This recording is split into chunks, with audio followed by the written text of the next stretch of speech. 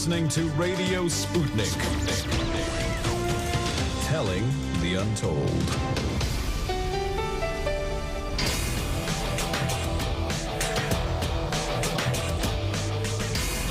Fault lines. Live from the divided states of America, fixated between our ever-expanding rift on collective ideology. I'm your political analyst fighting for the right, Austin Pelly. And in the left corner, I'm your indefatigable, your ever-vigilant, your burning ember in the darkness, your political analyst, Jamarl Thomas. That means that you're listening to Fault Lines with Thomas and Pelly.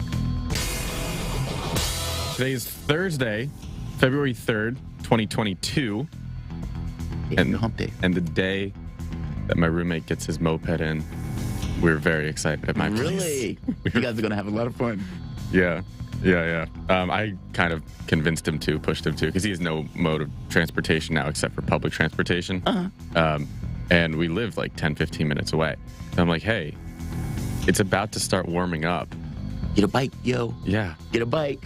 We can use it. I know you're, chomping at the bit. You're waiting, lying in wait for that bike. Yeah, it might. He worked from home today so he could receive the package. I think that's like $300 in shipping. Nice. Makes sense though, because it's much cheaper. Well, it's like a $600-700 big old crate. Yeah. Or 700-pound big crate.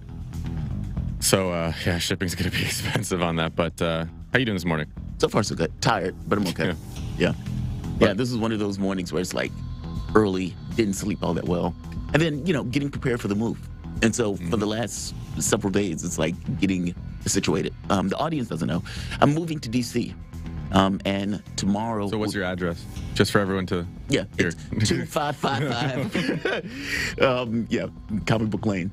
No, I'm moving to D.C. It's a little bit closer to work. And tomorrow is going to be my last night in Maryland. New thing. Or today is going to be the last night in Maryland, I should say. Last time you get to inspect your car once, and then it's good forever. Yeah. Now you need to inspect every 2 years in D.C., but we're happy to have you over here. Oh, thank you. Be a D.C. commie with me. That's our new name, our new NFL team. D.C. We'll talk about that in a second, though. In COVID news, yesterday in the United States, there were 385,425 new COVID cases reported, along with 2,658 deaths. Over the past week, there have been an average of about 387,818 cases per day, a decrease of 49% from the average 2 weeks ago. 64% of the total American public has been fully vaccinated, and 75% of residents have received at least one dose. As of this morning, the coronavirus has infected 75,611,714 people across the U.S. and killed 893,147 people. In national news, President Joe Biden will travel to New York City today to highlight his administration's efforts to curb gun violence and protect a united front with Mayor Eric Adams after a series of violent crimes that has rattled the city. The police killings are part of an overall surge in gun violence in U.S. cities, including Philadelphia and Chicago, since the beginning of the coronavirus pandemic in 2020. The White House and Democrats are pushing back on Republican accusations that the party is weak on crime ahead of critical midterm elections this November. The Justice Department is also expected to announce new efforts to crack down on so-called ghost guns, unregistered and untraceable homemade weapons that can be made with a 3D printer. White House Press Secretary Jen Psaki told reporters Wednesday that officials would no longer describe a possible Russian invasion of Ukraine as imminent because it implies that Russian President Vladimir Putin has made a decision on whether to invade. Psaki noted that the vast majority of times she had talked about an invasion, she has said Putin could invade at any time. The Biden administration's rhetoric on Russia has been criticized by Ukrainian leaders who argued last week that the U.S. was stoking panic and harming the country's economy. On Wednesday, the Pentagon announced that it would deploy 3,000 troops to Germany, Poland, and Romania to help shore up NATO allies in the face of Russian aggression. Virginia Governor Glenn Youngkin has broad power to issue executive orders overturning mask mandates in school. Lawyers from the state Attorney General's office argued Wednesday, while lawyers for local school boards argue that the governor's actions usurped their authority. At Wednesday's hearing, Deputy Attorney General Stephen Popps argued that Youngkin is entitled to issue executive orders responding to the coronavirus pandemic, just as his predecessor, Democrat Ralph Northam, did when he imposed a statewide school mask mandate. An Arlington County judge heard arguments from both sides in a lawsuit that the school boards filed against Youngkin and said he would issue a ruling soon. I have to side with the prosecutor here. Youngkin did the exact same thing his predecessor did. The only difference is you just don't like it now. So, I'm a big precedent guy. Precedent was set. Didn't do anything wrong. At least 13 have been killed, including 6 children in a U.S. counterterrorism raid in northwest Syria early today. 4 women were also killed after the U.S. troops were airdropped into the area. No U.S. personnel lost their lives. The Pentagon has said little on the details of the operation right now, but touts it as a quote-unquote successful mission to their goals. In international news, Russian President Vladimir Putin is heading to Beijing amid the soaring tensions over Ukraine on a trip intended to help strengthen Moscow's ties with China and coordinate their policies in the face of Western pressure.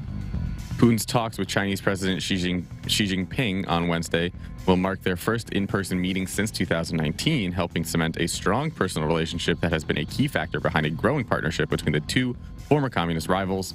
After the talks involving top officials from both sides, Putin and Xi will meet one-on-one after lunch, or over lunch, before attending the opening of the Winter Olympics.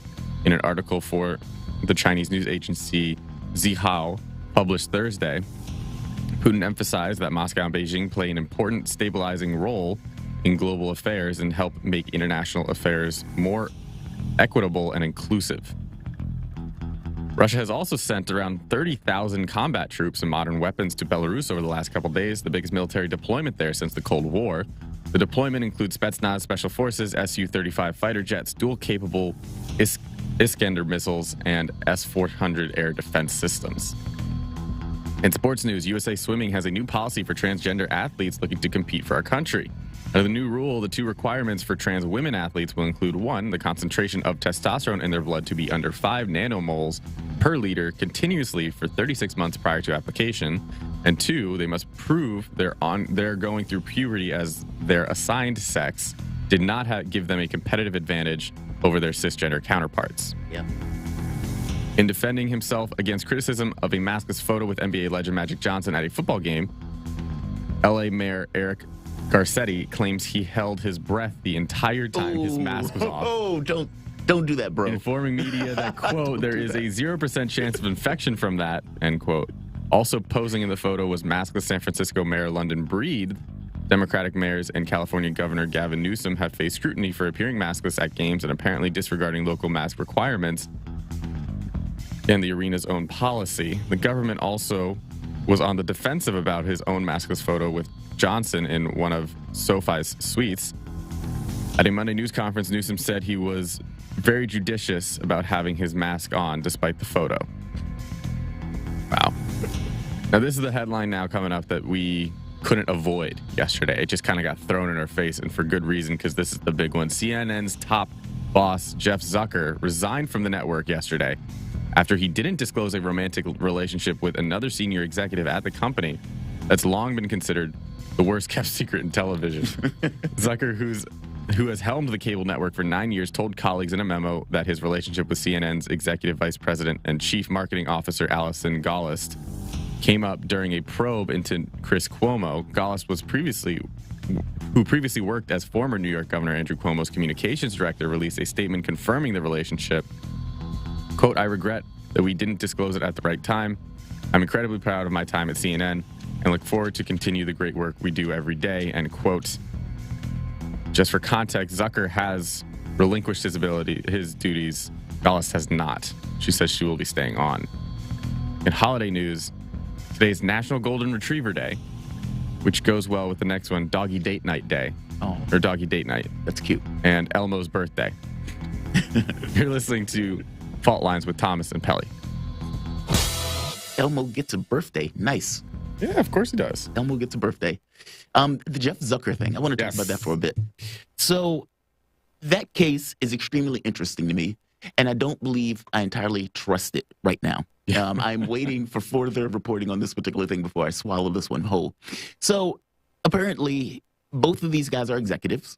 They were looking into an investigation for Chris Cuomo. This is kind of like the gift that keeps on giving, almost like a venereal disease that you find out later, like a week or two later, that you basically received and other people were infected by. But in this very particular case, you have a relationship that took place, or Chris Cuomo, an investigation. He's asked questions on it.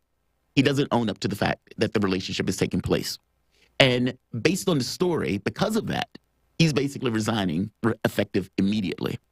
Now, both of these guys are executives. So this is not like, Bill Clinton talking to Monica Lewinsky. This is not, a person who's the president of a company talking to an intern, and then they're like, oh, wait, that's a little, dicey. We're uncomfortable with the power exchange in this relationship. I mean, at one point, they were saying that she was going to potential follow-up for Zucker in his particular position or role as head of CNN. So both of these guys are relatively equals. They've known each other for, 20-something years at this point. So you're talking about basically a consensual relationship among equals. And for whatever reason, they're saying that this is a resignable offense. I mean, this is like, shaking down Al Gore going through the flight saying, well, we had to shake down the president. We had to, do a thorough investigation of former Vice President former Vice President Al Gore. And it's like, but why? It's Al Gore. Yeah, but everybody has to go through and get checked. It's like, but do you honestly believe that Al Gore is holding a bomb or something? Meaning it's perfunctory. It's almost like it's being done for the optics of that stuff. And so, I don't know, man. I unless there's something else going on within the context of this that they just don't want to disclose, and that this is what they ended up on, because it doesn't make sense on his face. Yeah, so yesterday, Zucker released this email memo and basically took CNN by storm. Yes. Shocked them. Yeah. They didn't know anything about it. It's not like, hey, I'm thinking about stepping down. Here's who I think should take over after me. And this is what was going on. And I'm going to do this in a month. I'm going to do this in 2 months. Yeah. He sent the email and basically was like, I'm not coming in tomorrow. Send, click. Thank you for your time here. And CNN was scrambling. Yeah.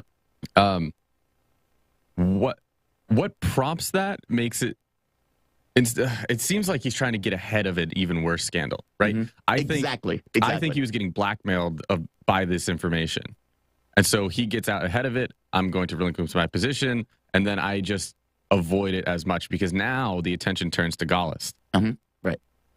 To which my question now is, can she stay in her role? I don't get why he loses his job, but she doesn't. He quit. Well, he resigned, right. Well, but somebody told him that he had to resign. I need to pull the article up. But I guess my thing is, between the two people, both of these guys are roughly equals. Yes, he's ahead, but roughly equals. This is not a power exchange or power dynamic issue. And so there's that part. And so what did he exactly do wrong? Was it just you're not supposed to have any relationship with anybody in the company? I mean, it just seems like after knowing somebody for that long and having the relationship. So they were equals now at the time of which he resigned. They were not equals when they started seeing each other. I think he said this was relatively recent, though. Like that this was like during the COVID time period, our relationship expanded and developed, et cetera, et cetera. Yes, but it basically came out yesterday that he was advancing her through the company to where she was from sleeping with him. Interesting. Which calls into question, why is she still saying, "Oh, yeah, I'm good. I'm good where I'm at." See, I didn't see that part. I saw the people basically saying, I saw the main line that they've been running with. The Post has been saying that they've had a relationship for years. Oh, okay. Okay. Yeah. And so maybe that's the bigger scandal. Maybe it's that part. Because the original scandal doesn't entirely make sense. Two consenting adults of relatively equal power in an organization decides to have a fling with each other. Okay? Both are divorced, so it's not even this kind of moral thing. So it's like, all right, why are we hearing this story? Why is this significant enough for him to basically resign? Yeah, there could be more to it. Or at the very least, I believe there's more to it. Yeah. No, there is. We'll see what happens. I think there will be some widespread cries for her to resign. At least there darn well should be. Yeah. Because why him, not her? It's not, look, I don't think either one should leave over something like this. But why one and not the other? I mean, is it because they're looking at, well, he's the president, so technically he has a higher positioning? Is that the thought? I mean, because if the issue is it's a faux pas to have a relationship within a company, it's a faux pas for both to have a relationship, right? Like if you had two people, let's say both were gay, same-sex relationship. One gets fired. Does the other one get fired in that situation? And why is this different? I don't know. So apparently Gauss was one of the first hires of Zucker. So technically under him, but they kind of rose the ranks together, I guess, because he was given promotions, and then she gave him stuff to get her promotions. Man, there's certain things you gotta avoid on radio, but Yes. I think I know the wink and a nod. yeah, we'll see. We'll see where this goes, and we'll talk about it a little bit more later. But I'm just saying, right now the story doesn't entirely make sense. right now, it makes zero sense. Of he resigns on a 10-hour notice. Yeah. Of the workday, Okay. and she's like, "Oh no, I'm good right here," and it's gonna stay that way. Yeah. Like nothing to see here, folks. I'm going to leave. We're relatively equals, but he committed the faux pas. Well, did he? I mean, I don't know, man. This looks weird to me. And I have a hard look. Like I said, I get it if it's a situation where one person is an intern. Okay, fair enough. I even get it if one person is a manager and the other person has less power in the organization. Again, I get it. But she's not being taken advantage of in this situation. And so why is it he taking the leave? That's all. It just doesn't make sense. I mean, look, just put a pin in the fact that I said that there seems to be more to the story, or there has to be more to the story. I could be entirely wrong. I don't think I am, but we will see. We will see, to put it mildly. So, very interesting story. But you guys are listening to Fault Lines with Thomas and Pelly. We'll be back in a moment.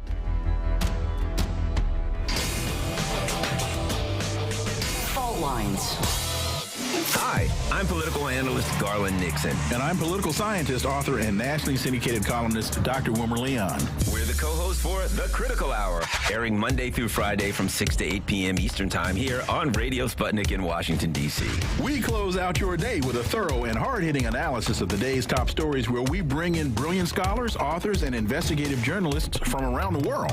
And on Fridays, it's panel time, when we do a roundup of the week's most important issues. Join us to keep up with the world's top stories. Enjoy an in-depth analysis. And have a little fun along the way. Listen to our show. The Critical Hour, Monday through Fridays on Radio Sputnik.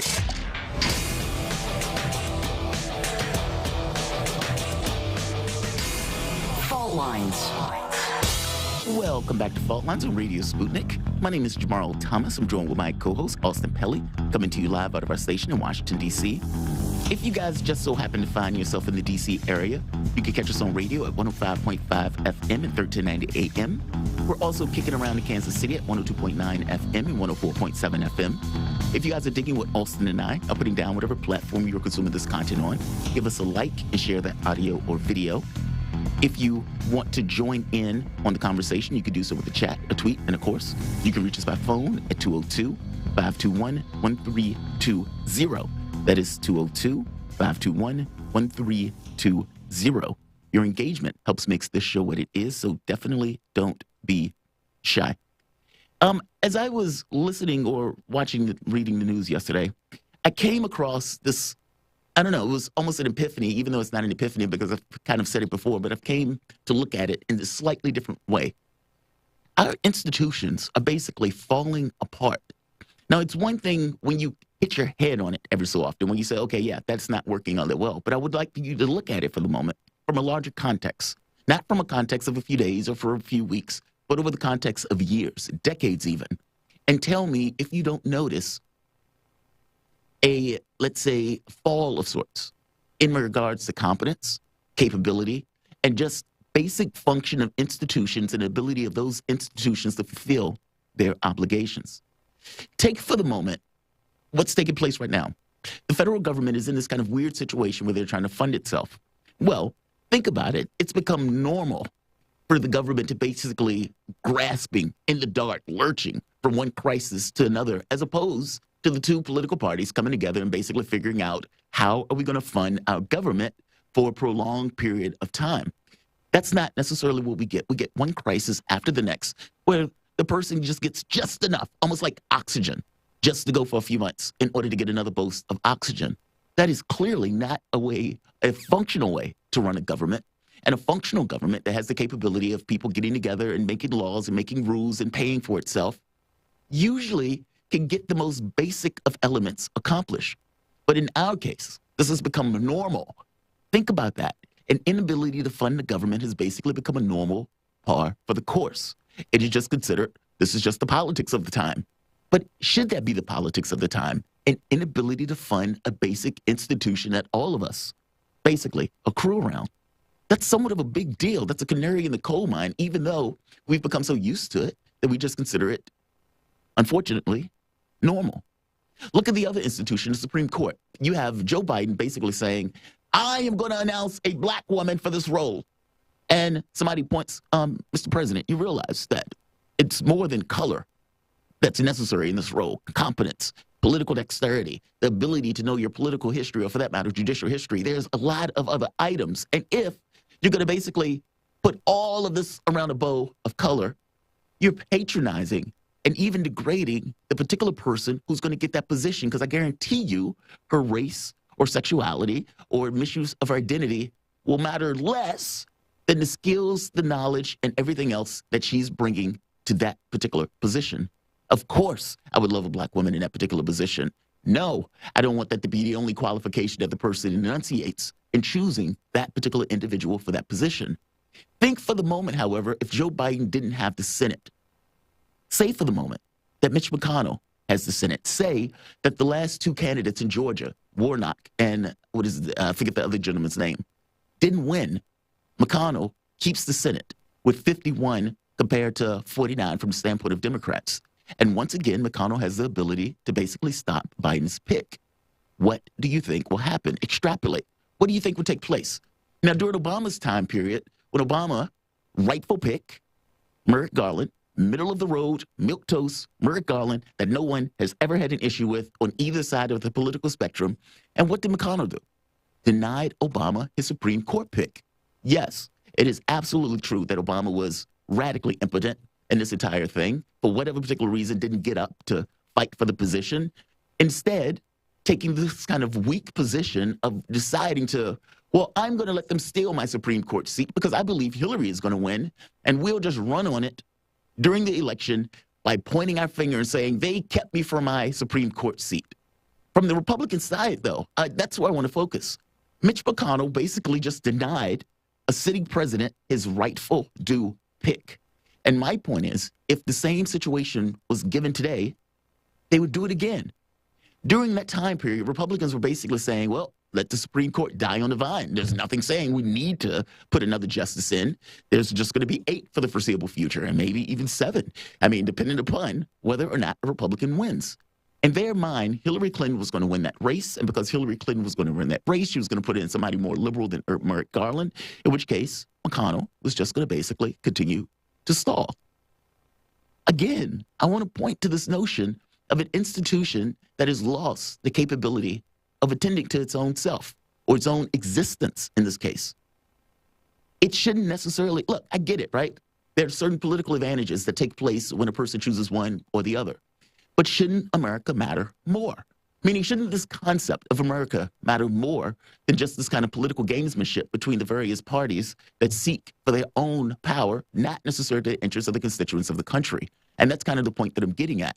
Something as sacrosanct to quote-unquote issues of justice and what it is for American governance as the Supreme Court was willing to be dashed for political ambitions. Again, the institutions that have basically been sacrosanct since the beginning of this country are losing the capability of maintaining themselves.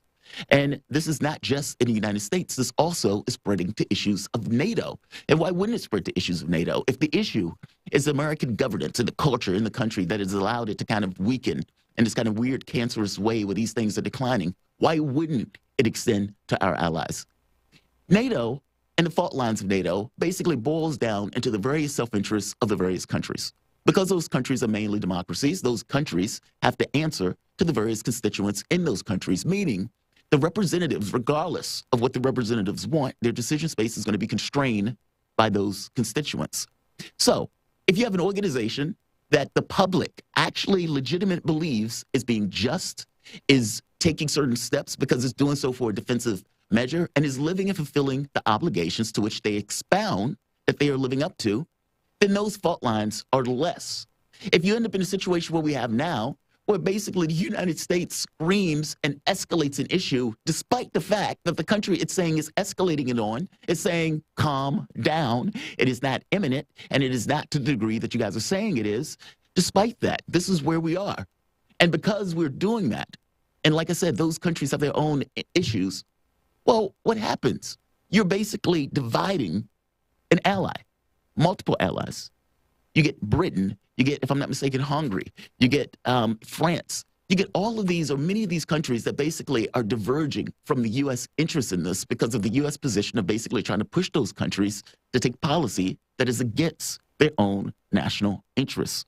Here again, another institution that was basically created and generated that lost its relevance for existence, that continued to lurch on nevertheless. And that institution, again, is having difficulty maintaining itself because of political winds that are taking place that is basically working to the disadvantage of the whole. The point that I'm trying to make here is this stuff is a canary in the coal mine. If we're looking at what is this country or what is this world going to look like in the next 20, 30, 40, 50, 60 years, and you can see this kind of decline that is taking place on one institution after the next, even to the point of those institutions being able to sustain themselves, then what are we headed into?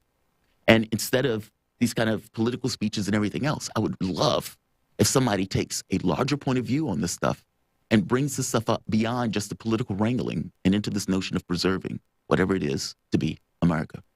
Austin, what are your thoughts, my man? I'm confused as to what would you do then to fix, let's just start with the Supreme Court pick. Yeah. How would you fix that? Do you not want Biden to have the pick? Would you rather?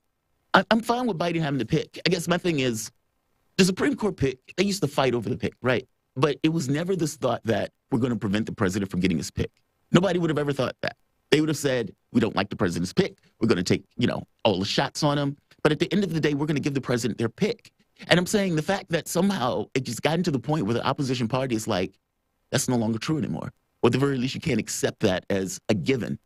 That's weird. I mean, that's a weird place for the country to be in. There's all sorts of things that us as Americans basically accept because we say, okay, well, this person won. They're going to get the run of it. This is just kind of the rule set that we organize around. Well, what happens when that's no longer true? And the various rule sets that we basically accrue around and we accept are no longer just accepted because it's a factor of American governance, but at that point it becomes a fudgeable factor of party dynamics. I'm saying that is disturbing when you think about it. If everything is just purely political self-interest and the kind of levers of the system itself start to matter less, or this notion of American governance matters less, or responding to the interests of the constituencies matters less, then what is your government? So do you think, so... Does that make sense? It's a decline, and it seems a decline that's getting more persistent as time goes on. Right. But, I mean, I think we both agree that Breyer stepping down now was planned. Probably, yeah. Yeah. So are you in the camp of, screw you, Ruth, for dying on us because you gave... No, I mean, that's her seat. She can do whatever she wants. I do think it's, if she cares about, let's say, the position of the court, that, yeah, she probably should have did something, but that's her choice. I mean, this is kind of... What does she care? She's dead. Yeah, she's dead at this point, right? She's looking up from the grave, oh, I should have resigned earlier. No, I understand why Democrats feel some kind of way about that, right? But that's her choice. She can't, you can't force her to leave the seat. And it is possible that Breyer was like, okay, yeah, I don't want to die on the seat. Trump got 3 picks. Maybe I need to leave early. Or maybe he needs to leave late. Maybe he wanted to leave earlier and waited for Biden's administration. That too. That's another way to look at it, yeah. And why would you wouldn't have a Supreme Court justice step down while we're in the midst of, I don't know, let's say a crisis pullout from Afghanistan. Right. Because then you're not going to get any good PR from it. Yeah. You wait for the crisis to go down. You wait for there to be a lull. And then, hey, look what else we're doing. So more symbolism coming from the Biden administration. Do you think he's going to get any bang for his buck for choosing an African-American woman for this? Do you think that? Because I think some of them thinks, okay, we need a win, and here's our win by just choosing a black woman for the position. I don't think so. I think he is going to think that he will get way more than he does. Yeah. Because I think he's going to tout again and again and again. How many times have you seen a presidential candidate actually stick to what they promised in their campaign? And I did that as soon as I could. That's a treacherous argument. check mark. Well, I mean, that's exactly what he did. Yeah. Good for you. You've actually done something Yes. that you promised. Yes. Was that pure tokenism? Exactly. Was it That's what I mean. That's a unconstitutional, treacherous as I've argument. argued? Yeah. So, I don't know. It's more symbolism coming out of the Biden administration. It doesn't do squat for me. I'm curious to see what it does for especially his black voters, Yeah. right? The black vote. So we'll see with that. I have a sneaking suspicion it won't. I don't even know. I think it might be barely on the scale side of good for him. Mm-hmm. That's how much it might affect. And it's tiny. That might bring him from 33% to 35%. Yeah, agreed. I agree with that. Mhm. But I don't think he's going to get the bang for his buck for something like that. I mean, for God's sake, you have a vice president already that's African American. And if this kind of aspect come in where it's like tokenism as opposed to advancement, then that argument is going to turn very quickly. I mean, even if he does get a bang for the buck, I think that's short-lived, to put it mildly. And I don't think it's going to have any kind of major implications one way or the other in regards to the primary. I know, not the primary, the election. Yes. I know he's going to tout it. No, I don't think he's going to get what he thinks he's going to get out of it. You guys are listening to Fault Lines with Thomas and Pelly. We're going to be back in a moment with the one and only Peter Oliver. There's a lot of news taking place in Europe, and we are part of that news, apparently, at this point. I'm dealing with RT being banned in Germany. But we'll be back. We're going to have a conversation with Peter. You guys are listening to Fault Lines with Thomas and Pelly. Back in a moment. Fault lines. 24 hours a day, 7 days a week. We give you the most essential information out there. Radio Sputnik, telling the untold. Are you bored? Are you lonely? Do you need a hug? Well, we can't give you that, but we can keep you up to date on Radio Sputnik.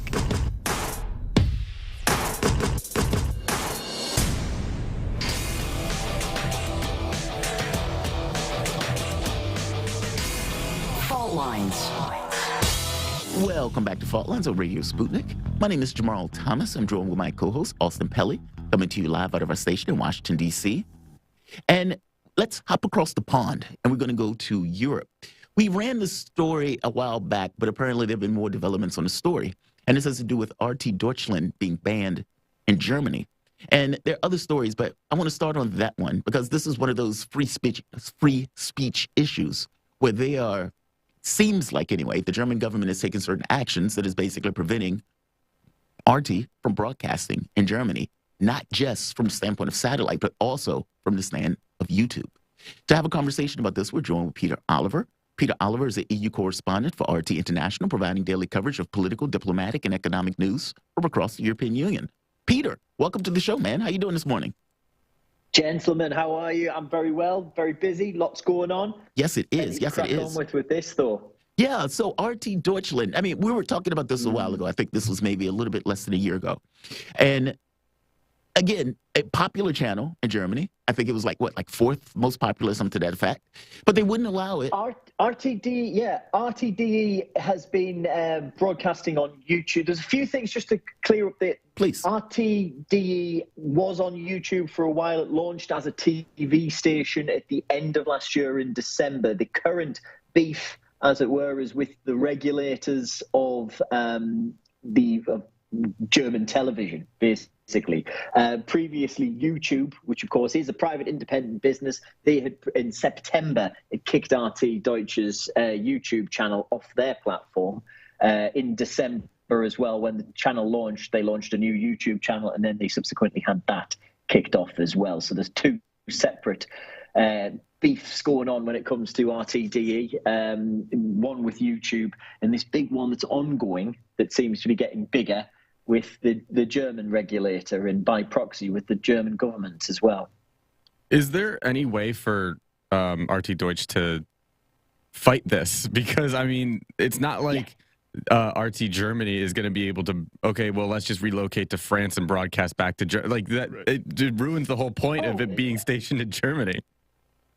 I think we've got this channel broadcasts from Moscow.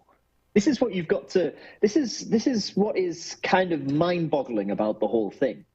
The channel broadcasts from Moscow. There is an office and there is a studio that some of the shows come from, and a production company that produces content here in Berlin. They send stuff to Moscow. That is then sent from Moscow. The signal goes to Serbia, to Belgrade, which is then sent to Germany. RTDE has a broadcast license in Belgrade, and under the treaties, it's called the European Convention on Transfrontier Television, which both Serbia and Germany are signatories to. That's how you broadcast. It's how, because the rules in Germany are, if you are in any way owned by a state, you cannot have a broadcast license in Germany. That's the way that Al Jazeera broadcasts. That's the way that France 24. That's the way the BBC. That's the way just about everybody, apart from the American state broadcasters, who different strokes for different folks. I'm curious. Correct me if I'm wrong. They have a license with Serbia or something to that effect. Yeah. And the rule set basically says that if you have a connection with one of the other member states, that you're basically shoehorned in. And so one of the protests, or one of the things that RTDE was arguing was basically like, look, we're supposed to be allowed. You guys aren't necessarily following your own rules. I mean, and they're not supposed to be this kind of influence by the German government, but that's something else RTD is saying. You guys are putting pressure. Most other countries, most other TV stations that I mentioned, all of those other different ones from different countries that broadcast, it's particularly ones, it's better to say ones that broadcast in the German language. It's better to put it there. So you're really looking at a more limited stream. But they have their licenses obtained in Luxembourg. Now, RTD went to Luxembourg to obtain a license, and it is pretty well known as the worst kept secret that there was quite a bit of pressure placed by Angela Merkel, who was then Chancellor's government, on Luxembourg, saying, don't give them one. Now, we've heard senior politicians in Germany refer to RTDE as a pirate channel, which, pirates are cool.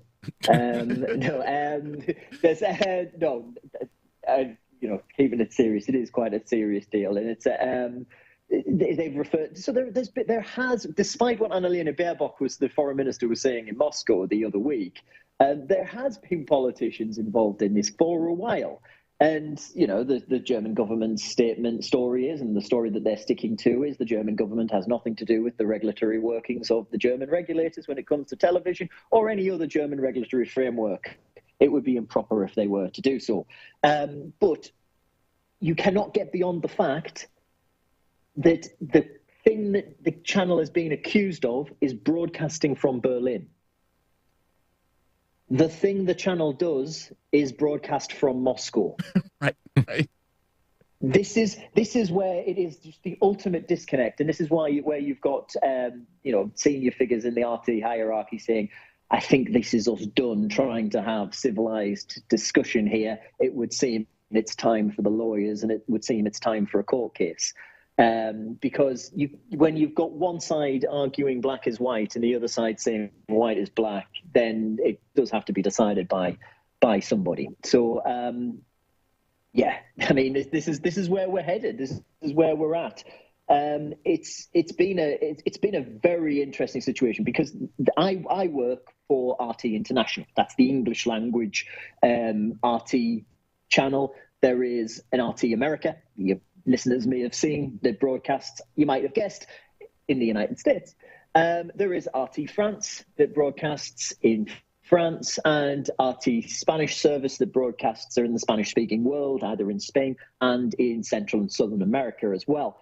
There's also RT Russian, and there's also in a whole load of different other languages, but they're pretty much, I'm sure I've missed RT Arabic, of course. I can't believe I missed RT Al Yam, one of the oldest and longest serving of our sister channels.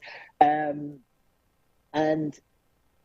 they've never had these type of problems setting up TV channels anywhere around the world that they've faced here in Germany. And it's come as something of a shock, I think. Certainly from, me at the lower echelons, is what I say lower echelons, but just as I'm the face on TV, I don't have anything to do with anything behind the scenes of actually making the stuff happen. I was finding out all of the interesting things about how conventions on transfrontier television actually work because of this story.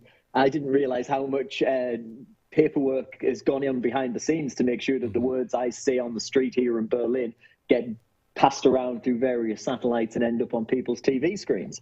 But ultimately what we are going to see now is, and what we've heard from Maria Zakharova, the foreign ministry spokeswoman in Moscow, is that there's going to be a reaction from the Russian side. As far as Moscow is concerned, as far as the Russian government is concerned, this is, they've directly called it unacceptable, and they've said that it is a political imposition being placed upon RT, being placed upon press freedom. Peter, and I want to jump in right there because I know that, correct me if I'm wrong, but didn't the Kremlin issue a statement when they were banned, RT Deutsch was banned off YouTube?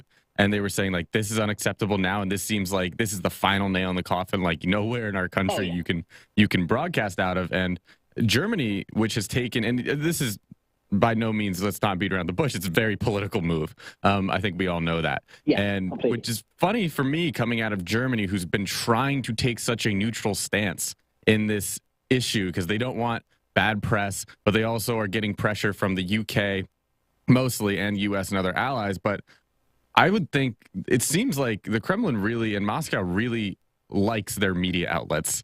So I would think that this probably does more of angering them than, and correct me if I'm wrong, than say Poland accepting U.S. troops and armaments when Russia's saying that, well, you know, Poland, you're not really a threat as of right now. We have no issue.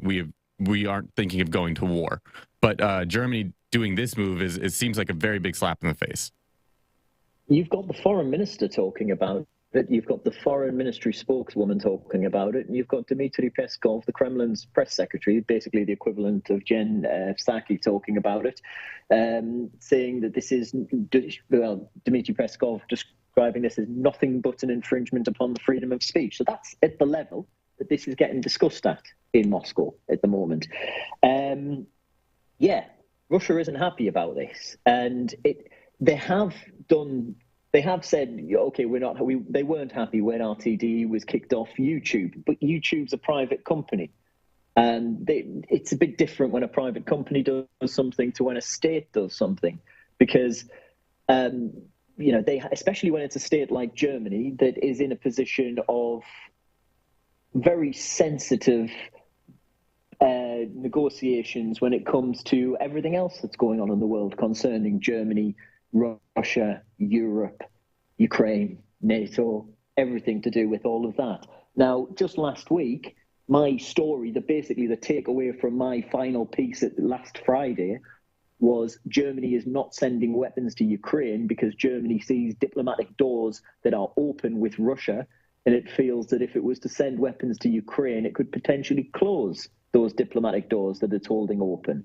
And we're looking at having Normandy 4 meetings in Berlin next week. There's still no news on them anymore at the moment, but it's all going to be quiet on that. I'm not suggesting in any way that RT not having a broadcast license in Germany is going to disrupt these things at these levels. But what it does is it distracts enough time out of the likes of Dmitry Peskov, the Kremlin spokesperson, Maria Zakharova, the spokeswoman for the foreign ministry, or Sergei Lavrov, the foreign minister, when he's at press conferences. It's taken time out of their day. It's on their minds. It's crossing their desk.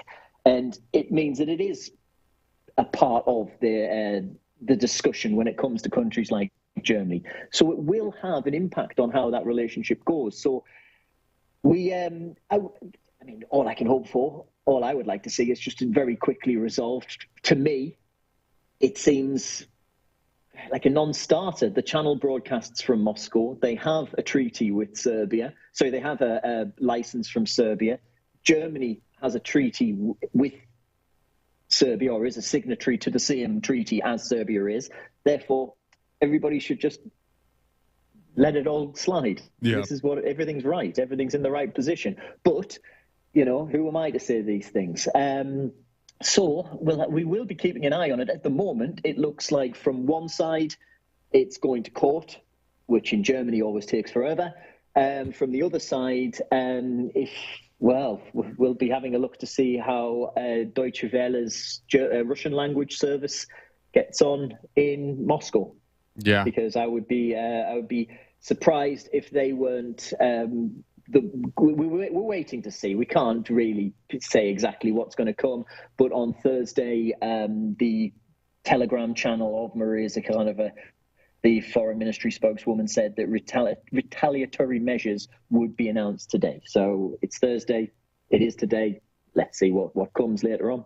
Yeah, we'll definitely be keeping an eye out for those updates. And thanks for commenting on that, Peter. I want to now shift over to Austria, a very close friend of Germany, and what's happening with vaccine mandates there. It seems like Austria is basically criminalizing the unvaccinated now. What I'm seeing is that police are now able to stop people on the streets to check vaccination cards. Not yet. Not yet? It says as of Tuesday, police began checking. The Bundesrat is at the moment in session. That's the upper house of the Austrian parliament. Isn't law at the moment. They can check. They can certainly check documentations. But in terms of any type of prosecution, any type of enforcement of that rule, it needs to go through the upper house and then be signed off by the president. I can tell you, what hour are we on right now? 15. It's coming up on 6 hours of debate that has been going on in this session at the moment. We were expecting this to pretty much go through quite quickly. It is still expected to go through. Once it does, there are protests expected in Vienna. But at the moment, it is still being debated. Right, but once it goes through and then the protests start, then you can just check all the vaccination cards of the protesters and, here's your $4,000 fine. Yes, they could, but they actually said they won't start handing out or checking the what you call it, they can't really start enforcing these things until March because they don't have. Well, they don't have the systems in place to be able to do it. There's no plans to really start enforcing this properly until March time. And if I'm putting on Sorry, Peter. If I'm putting on my my American perspective hat, it'd be very hard to get away from the race conversation. So, along with police officers being able to stop and check people's vaccination cards, they're able to check them during traffic stops as well. And so, you would get Americans that would say, and I would think that, okay, wouldn't that increase maybe trying to flee from the police? Would that increase kind of more hostile encounters with traffic stops? I don't know how it is over in Austria, but we love our race cards here in America. So do you see that being a non-starter or it is kind of an issue over there? Thankfully, we don't have the same type of officer-involved shootings in Europe as you do in the United States, sadly. But what we certainly do have huge incidents of institutionalized racism at times in various parts of society, and we also have incidents of things being exploited where they can be exploited. And you're going to it's funny. It's not an angle that I've seen that approached at from before. There you go. This is why we do this. This is a bit of transatlantic cross-pollination when it comes to views on stories. I'd never looked at it from that point of view. Oh, Americans would say that this is not a stop and frisk of the normal. It would be a stop and tick the box if you're vaccinated. If not, then who's gonna get stopped more? Stop and tick. Exactly. And then with traffic stops as well, the two police officers in New York were shot in the face at a traffic stop, right? But no, they were going to somebody's house. Yeah, it was. Yeah. But anyway, I renege. Jamal, would you like to comment on? Terrible. Well, yeah, I wanted to move a little bit to the troops that are being sent to Poland. Biden apparently, or Eastern Europe, I should say. Biden is sending 3,000, and that is on top of the already several thousand that are there in the area. What is the point of this? I mean, this seems like optics. I mean, the 3,000 is not going to operationally or militarily do anything from the standpoint of some kind of military action if things turn kinetic. So what is the point of this? Is it just to shore up Europe? We're not going to, leave you in the lurch, Europe. And who is Biden doing this for? Yeah, and when I saw that, I was like, well, what are these troops going to do? I mean, none of the NATO nations have been activated in the sense that those nations have been attacked or even threatened. And Ukraine is not a part of NATO. So what is Biden doing, and why is he doing it? After saying that there's no way that U.S. troops are going to get involved. He said that now. Right. So it's just going to be sanctions. So what are they doing there except Why are they there? keep an eye? Yeah. He's got to do something, to use Joe Biden's own words about Vladimir Putin, I guess. He has to do something because they've built this into such a thing that they have to be seen to do something. I do have a little theory about why it might have been done. Go now, for this it. is Yeah, completely out of curious. my own thing. Mateusz Morawiecki is the EU and the US's great last hope when it comes to trying to drive a wedge between Vladimir Putin and Xi Jinping at the upcoming Winter Olympics. He's the only elected. Sorry, I beg your pardon. It's not Mateusz Morawiecki. It's he's the Prime Minister of Poland. It's Duda, who is the president. Andrzej Duda. I lost his name for a second in my head there.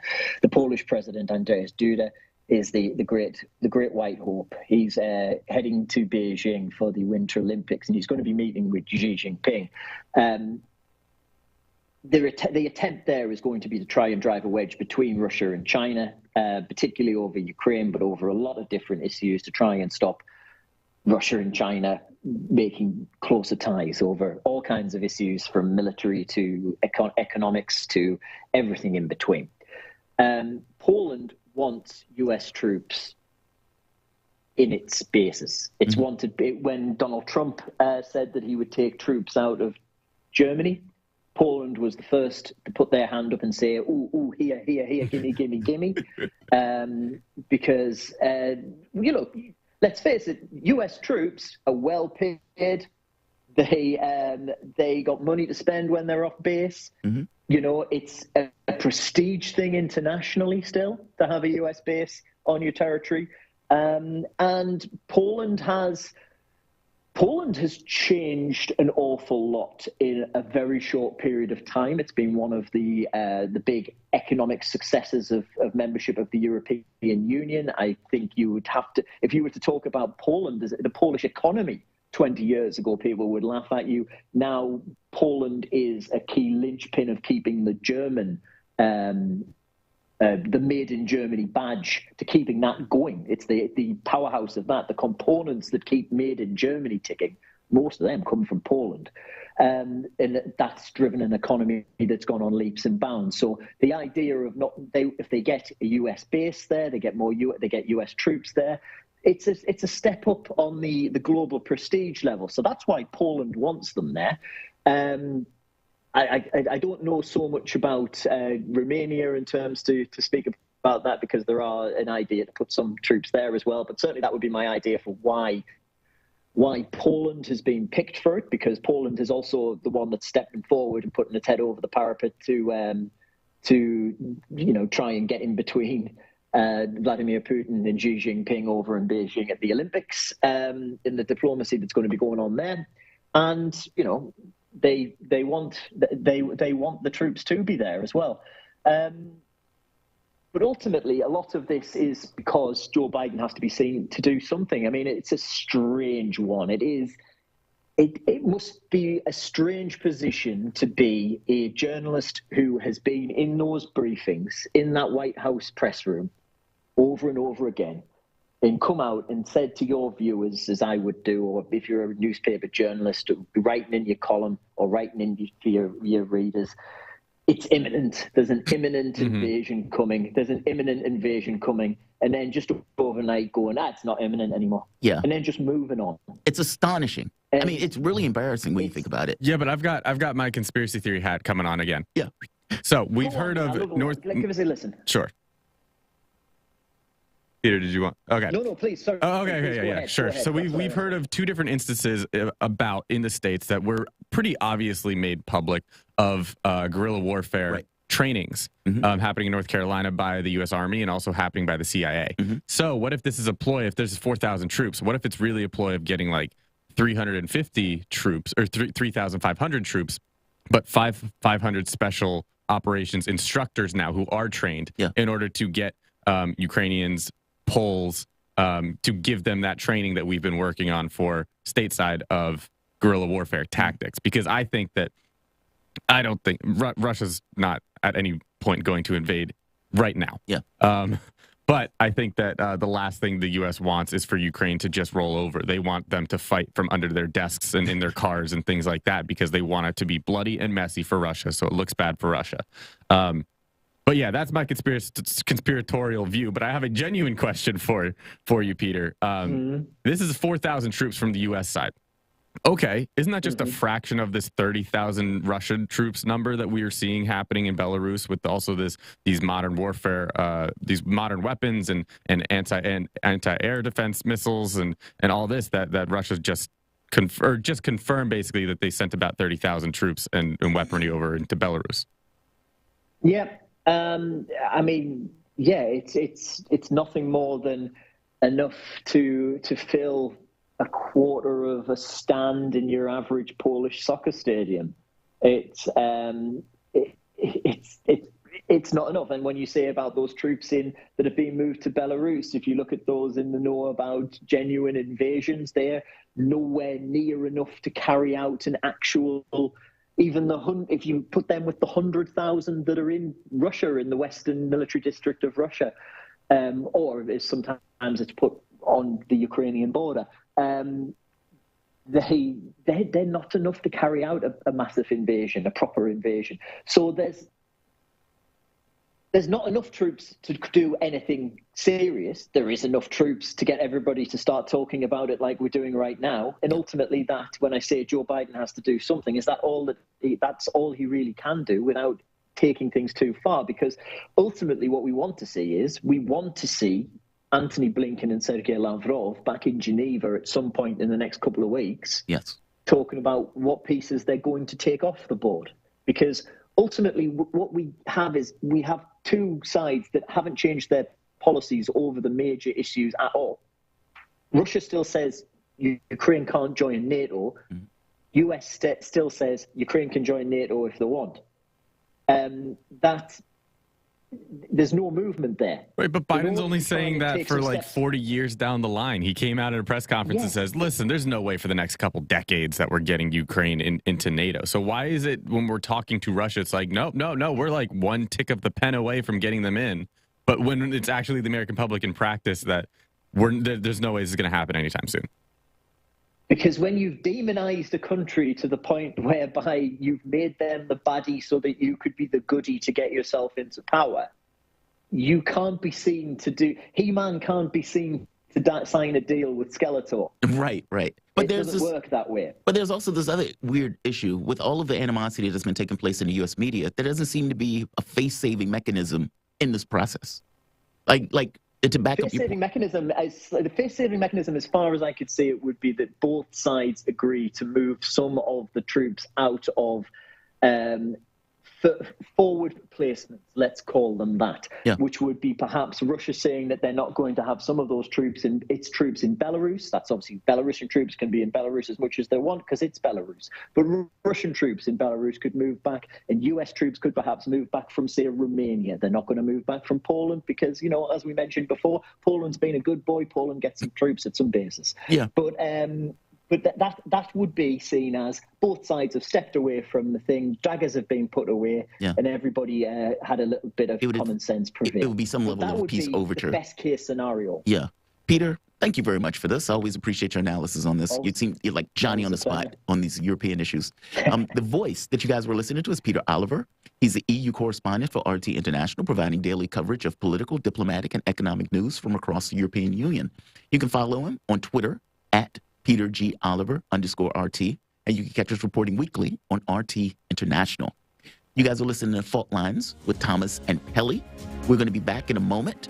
Next 2 hours, don't go anywhere. Fault Lines, Thomas and Pelly.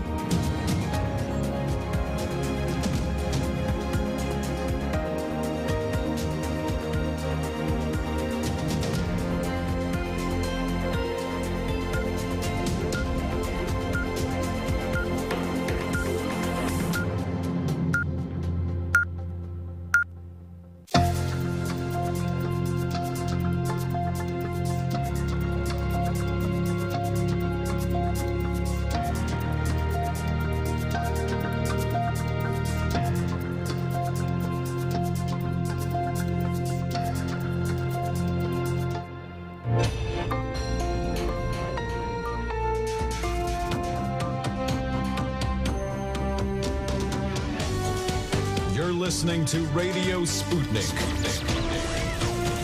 Telling the untold.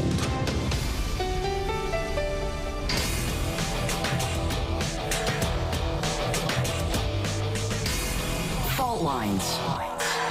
Live from the divided states of America, precipitously perched at the edge of this resilient and exploited globe. Welcome to your context lens for the American perspective. In the left corner, I'm your ever vigilant, your indefatigable political analyst, Jamarl Thomas. And in the right corner, I'm the oracle fixated atop the fumes of misinformation, your political analyst, Austin Pelly. Fixated upon the fumes of misinformation. Nice. That means you guys are listening to Fault Lines with Thomas and Pelly. I was going to stutter to give a moment of anticipation. It was like, oh, there he is. I got a request to do more Greek mythology themed intros. So the oracle fixated atop the fumes of misinformation. Yeah, like an oracle sits on a tripod, right. And they used to smell. They believe that they used to smell fumes that would give them these kind of visions. Would come up from the ground or whatever, and those fumes were widely considered toxic. Yes. Which is why they would get the visions, and they would spurt it, and they would like, okay, but then they would interpret that to other people. So there you go. There's your Greek reference. Very nice. See you again in 2 weeks. They would find these extremely attractive women to basically play this role. But yeah, great reference. Love it. Let's get into the headlines. In the news. Yesterday in the United States, there were 385,425 new COVID cases reported, along with 2,658 new deaths. Over the past week, there's been an average of about 387,818 cases per day, a decrease of 49% from the average 2 weeks ago. 64% of the total American public has been fully vaccinated, and 75% of residents have received at least one dose. As of this morning, the coronavirus has infected 75,611,714 people across the United States and has killed an unfortunate 893,147 men, women, and children in this country. I want to point out something. Earlier, let's say last week, that number was around, 700,000? And now the number is basically cut in half to 385,000. Unfortunately, the number of deaths are remaining high at 2,658. But what's probably going to happen is, as that number starts to go down from the standpoint of total infections, the number of deaths are probably going to also start going down within a week or two after. Just keep an eye on it. I mean, the number has significantly dropped, though. We were at 1 million like a couple of weeks ago, and now we're at 385,000. So basically a 50% decrease from the average 2 weeks ago. Yeah. So 2 weeks ago, fingers crossed, double what you're hearing. We're turning a corner. That's the hope, anyway. President Joe Biden will travel to New York City tonight. New York City today to highlight his administration's efforts to curb gun violence and project a unified front with Mayor Eric Adams after a series of violent crimes that has rattled the city. The police killings are part of an overall surge in gun violence in U.S. cities, including Philadelphia and Chicago, since the beginning of the coronavirus pandemic in 2020. The White House and Democrats are pushing back on Republican accusations that the party is weak on crime ahead of critical midterm elections in November. The Justice Department is also expected to announce new efforts to crack down on so-called ghost guns, unregistered and untraceable firearms, or homemade weapons that can be made with a 3D printer. White House Press Secretary Jen Psaki told reporters Wednesday that the officials would no longer describe a possible Russia invasion in Ukraine as imminent because it implies the Russian President Vladimir Putin has made a decision on whether to invade. Psaki noted that the vast majority of times she has talked about an invasion, she said Putin could invade at any time. The Biden administration's rhetoric on Russia has been criticized by a Ukrainian leader who argued last week that the United States was stoking panic and harming the country's economy. On Wednesday, the Pentagon announced that it would deploy 3,000 troops to Germany, Poland, and Romania to help shore up NATO allies in the face of Russian aggression, because 3,000 troops is totally going to do just that. You know, the wild part about this, that means that Psaki is basically admitting, okay, I've been lying about the whole imminent thing every time we've been saying it. Yeah, you have been. You've been misrepresenting the reality of events on the ground in order for this kind of political message that you're trying to get across. And if it wasn't for Ukraine basically saying, dude, will you please stop? You're injuring our country. If I'm not mistaken, Ukraine lost tens of thousands of the population. I mean, over all of this stuff that has been taking place. And so, yeah, it looks silly. It looks just as silly as Afghanistan almost, where you get this kind of foreign policy thing. U.S. gets ran out of the country. Biden and the things that Biden were saying were found to be farcical and untrue. And now you have this where we are basically saying we're defending that country, and that country basically saying stop doing that. It's incompetence. Do you think it's a good move to come out and even say, like, hey, we've been reporting this wrong by Psaki, or would it just have been better just to not address it and move on? Just don't refer to it like that anymore. I mean, media is probably going to say, hey, is it still imminent? Because imminent is such a loaded word. I mean, that's the issue, right? Like, if you're saying imminent has a temporal component to it that makes it seem like something is immediately about to happen. This was the same thing with Soleimani, where Trump was like, there was an imminent attack, but we didn't necessarily know when. So wait, how is it imminent if you didn't necessarily know a timescale? And you can't even say that, like, they're reverting against using this language now, because now it's part of their agenda to say, oh, Joe Biden, the great peacemaker, and come to agreements, because he just sent 4,000 troops as well. So you can't have it both ways. So I just see... Why even admit this? And putting out troops in the country. Why even admit this right now? It just doesn't make any sense. I guess they keep asking her, hey, is it still imminent? I mean, imminent, like I said, it's so loaded. Like, you know, they're going to imminently attack Ukraine. Yeah, but if they didn't make that a talking point, I don't know how many... I don't know if the word itself would have come up as much. Yeah. So. Absolutely agreed. Yeah. People only bring it up because they brought it up. Lawyers from the state attorney general's office argued Wednesday that Virginia Governor Glenn Youngkin has broad power to issue executive orders overturning mask mandates in school, while lawyers for local school boards argued that the governor's action usurps the authority at Wednesday's hearing. Deputy Attorney General Stephen Potts argued that Youngkin is entitled to issue executive orders responding to the coronavirus pandemic, just as his predecessor, Democrat Ralph Northam, did when he imposed a statewide school mask mandate. An Arlington County judge heard arguments from both sides in the lawsuit, and the school board filed against Youngkin and said she would issue a ruling soon. Uh-oh, we're going to see it. I mean... It's going to be fine. If one gets to make a ruling, I suppose the other one gets to make a ruling too. Both ways. Yeah, you can't have it both ways. You can't say, "Oh, this is fine legally because it fulfills my agenda." Yeah, and the other one we don't like it, so you can't do it.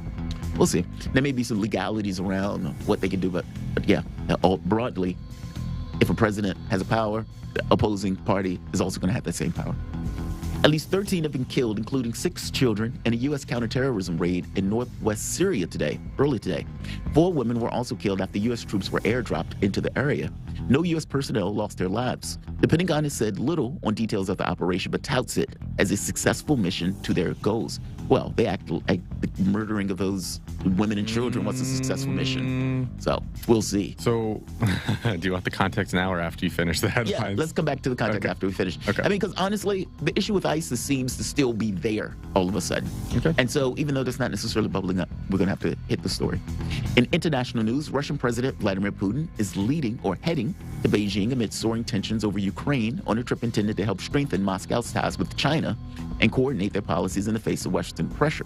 Putin's talks with Chinese President Xi Jinping on Friday will mark their first in-person meeting since 2019, helping cement a personal and a strong relationship that has been a key factor behind a growing partnership between the two former communist rivals. After the talks involving top officials from both sides, Putin and Xi will meet one-on-one over lunch before attending the opening of the Winter Olympics. In an article for the Chinese news agency Xinhua, published Thursday, Putin emphasized that Moscow and Beijing play an important stabilizing role in global affairs and help make international affairs more equitable and inclusive, and provides a counterweight. Russia has sent 30,000 combat troops and modern weapons to Belarus over the last couple of days, the biggest military deployment since the Cold War.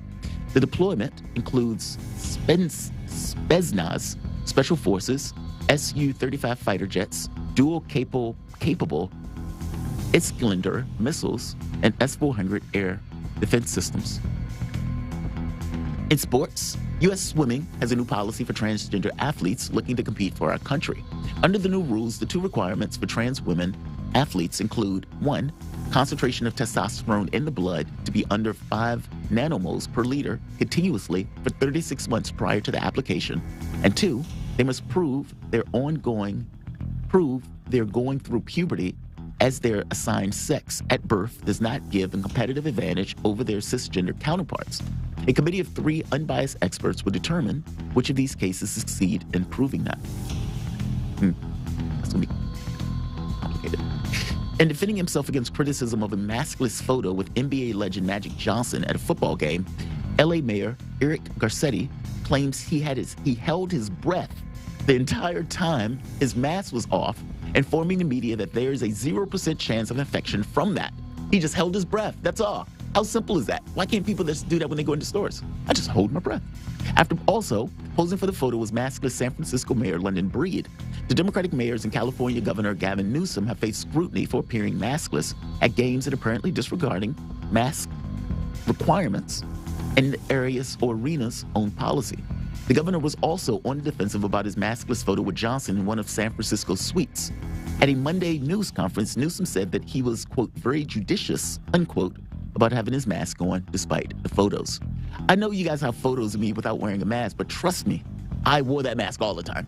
And when I didn't, I was holding my breath. Yeah. I could hold my breath for 10 minutes. I could totally do that.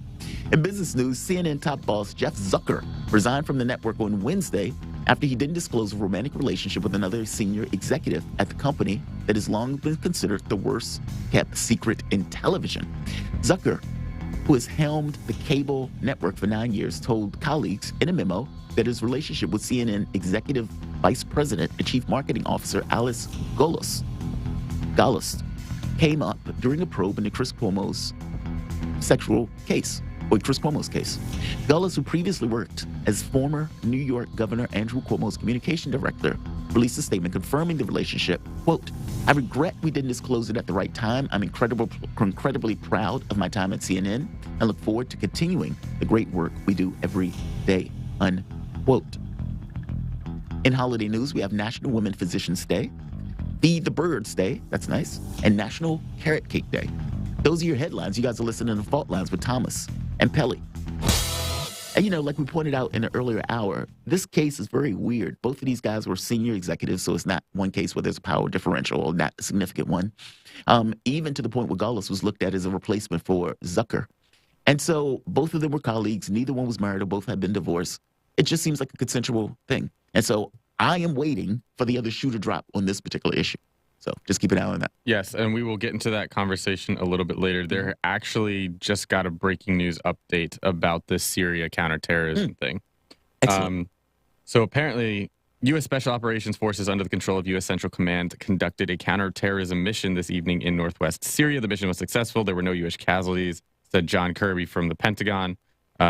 More information will be provided. Biden came out, said it was a success.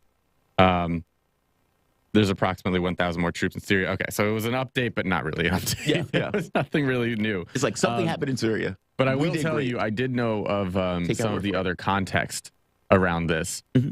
So the U.S. came in helicopters. Mm-hmm. Our teams came in helicopters. And we basically hovered over a compound for more than 2 hours, giving them ample time and announcing over megaphones, any women and children, please leave the compound. Yeah. Anyone who doesn't want to, whatever, please leave the compound. We will engage. We are going after this ISIS leader. Mm-hmm. Gave them 2 hours to leave. Right. And then airdropped in.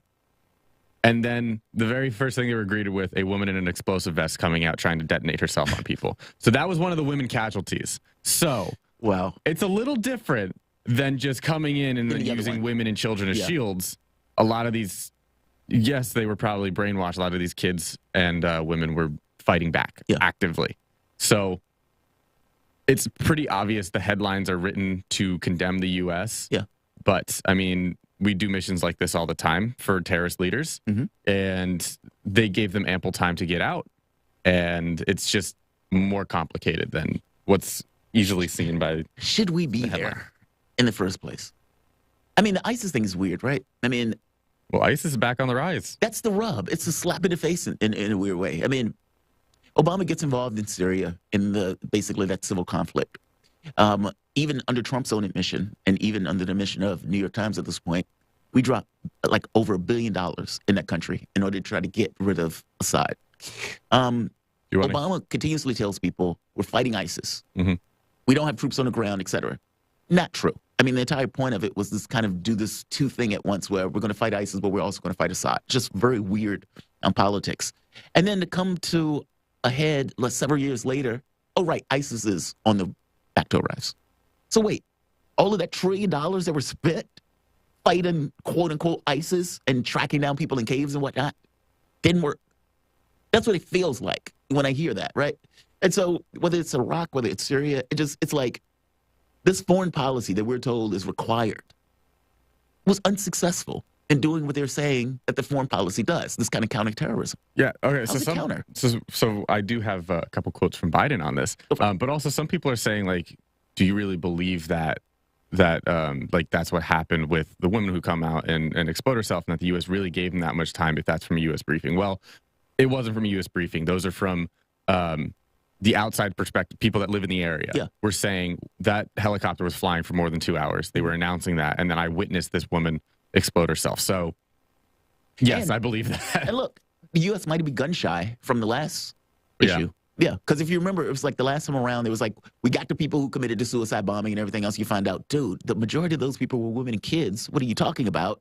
You didn't have women and kids doing that bombing, meaning the U.S. basically got it wrong and then tried to be deceptive about it after the fact. And so it's very possible that after that black eye, that was a couple of months ago, that there was like, all right, tamp down on the women and kids. You want to hear what Biden has to say about it? Absolutely. Quote, last night at my direction, U.S. military forces in northwest Syria successfully undertook a counterterrorism operation to protect the American people and our allies and make the world a safer place.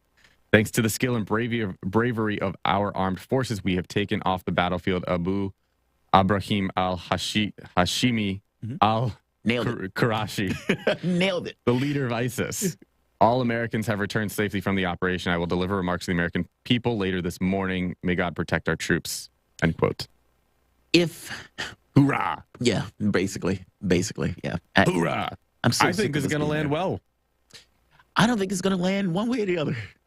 I think people, well, I mean, it depends, right? If he starts getting hit for, wait a minute, what do you mean ISIS is back? That's not going to go well.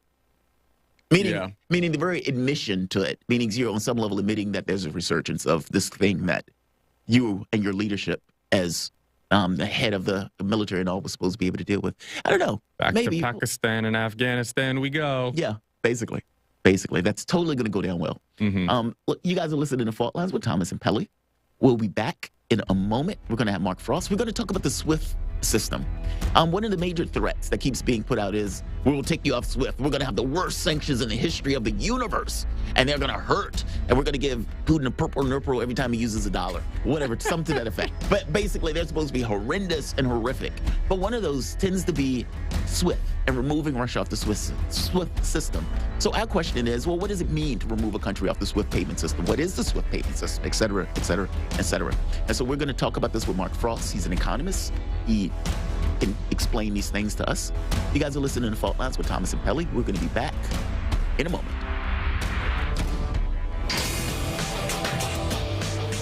Fault Lines.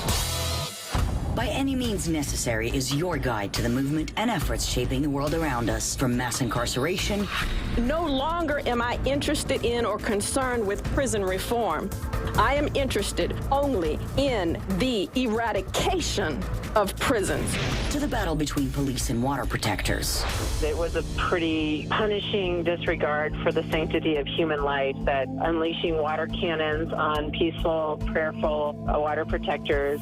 From efforts to protect the environment. The climate movement is ready to, with plenty of opposition research and force and strength, along with, the right of both science and morality, to fight them on this. To the movement for Black Lives. When I first saw the Michael Brown video, and I saw that it clearly contradicted the narrative put forth by the Ferguson Police Department and by police supporters in general, 3 words came to mind: color me shocked.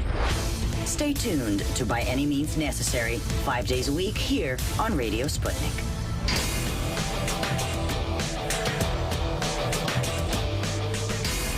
Fault Lines. Welcome back to Fault Lines on Radio Sputnik. My name is Jamarl Thomas. I'm joined with my co-host, Austin Pelly, coming to you live out of our station in Washington, D.C. If you guys so happen to find yourself in the D.C. area, you can catch us on radio at 105.5 FM and 1390 AM. We're also kicking around in Kansas City at 102.9 FM and 104.7 FM. If you guys are digging what Austin and I are putting down, whatever platform you're consuming this content on, give us a like and share that audio or video. If you want to join in on the conversation, you can do so with a chat, a tweet, and of course, you can reach us by phone at 202-521-1320. That is 202-521-1320. Your engagement helps make this show what it is, so definitely don't be shy. So as I mentioned before we came into the before we left the break, there has been all sorts of threats going back and forth. But from the standpoint of the United States, once it verified that it was not going to bring the war to the brink of war over the issue of Ukraine, or that it was not going to sacrifice American citizens for Ukraine, then the question became, well, what are you going to do then? I mean, for all of the boisterous and the, cantankerous talk that has been taking place, what exactly are you going to do to act as a deterrent? And so what the U.S. has come up with was gargantuan sanctions. The sanctions are going to be the worst in the history of the universe. There's not going to be any sanction that is ever put forth that is going to be this particularly bad. It's going to be the crucifixion of sanctions. And that, among other ideas, removing off of SWIFT. And so the question became, well, what is SWIFT? What is the SWIFT payment system? And what is the significance or the consequence of removing them off the SWIFT payment systems? Are there things that are worse? What is Russia's response to it? I figure that many of these things were necessary to have a conversation about since it keeps being brought up in the media. So to have a conversation about it, we're joined with Mark Frost. Mark Frost is an economist, a professor, consultant, drummer, Eagle Scout, Marine, capitalist, Schumpeterian, and recovering libertarian. Mark, welcome to the show this morning. How you doing this morning? Good morning. Doing quite well. About to have my second cup of coffee. Nice. It's funny. I've started broth in the morning, almost as this kind of like meaty, I don't know. That's good for you. Yeah. That's very good for you, especially if you do bone broth. It's better than stock. So. I did bouillon, just a ton of salt and chicken bits or something. But Mark, so the SWIFT thing became an issue because we were just kind of talking about it yesterday, trying to get into the details of basically what it means. And just to give a primer, the SWIFT is a huge messaging network service used by financial institutions such as banks in order to send and receive money transfer orders or other information quickly, securely, and accurately. And this is something that the overwhelming majority of the countries at this point basically ascribe to, and allows these countries to basically interact with each other in regards to buying, purchasing, and sending these kind of payment orders and whatnot. But Mark, what are the consequences? Basically, can you give an explanation of SWIFT? And what are the consequences of basically removing someone from the system? And more importantly, who owns it? Meaning, like, how can a single country basically unilaterally kick another country off of what's supposed to be an independent financial payment platform? Please explain. Sure. And first of all, you read that really well. I'm proud of you, man. Let me tell you. Well, thank you, Mark.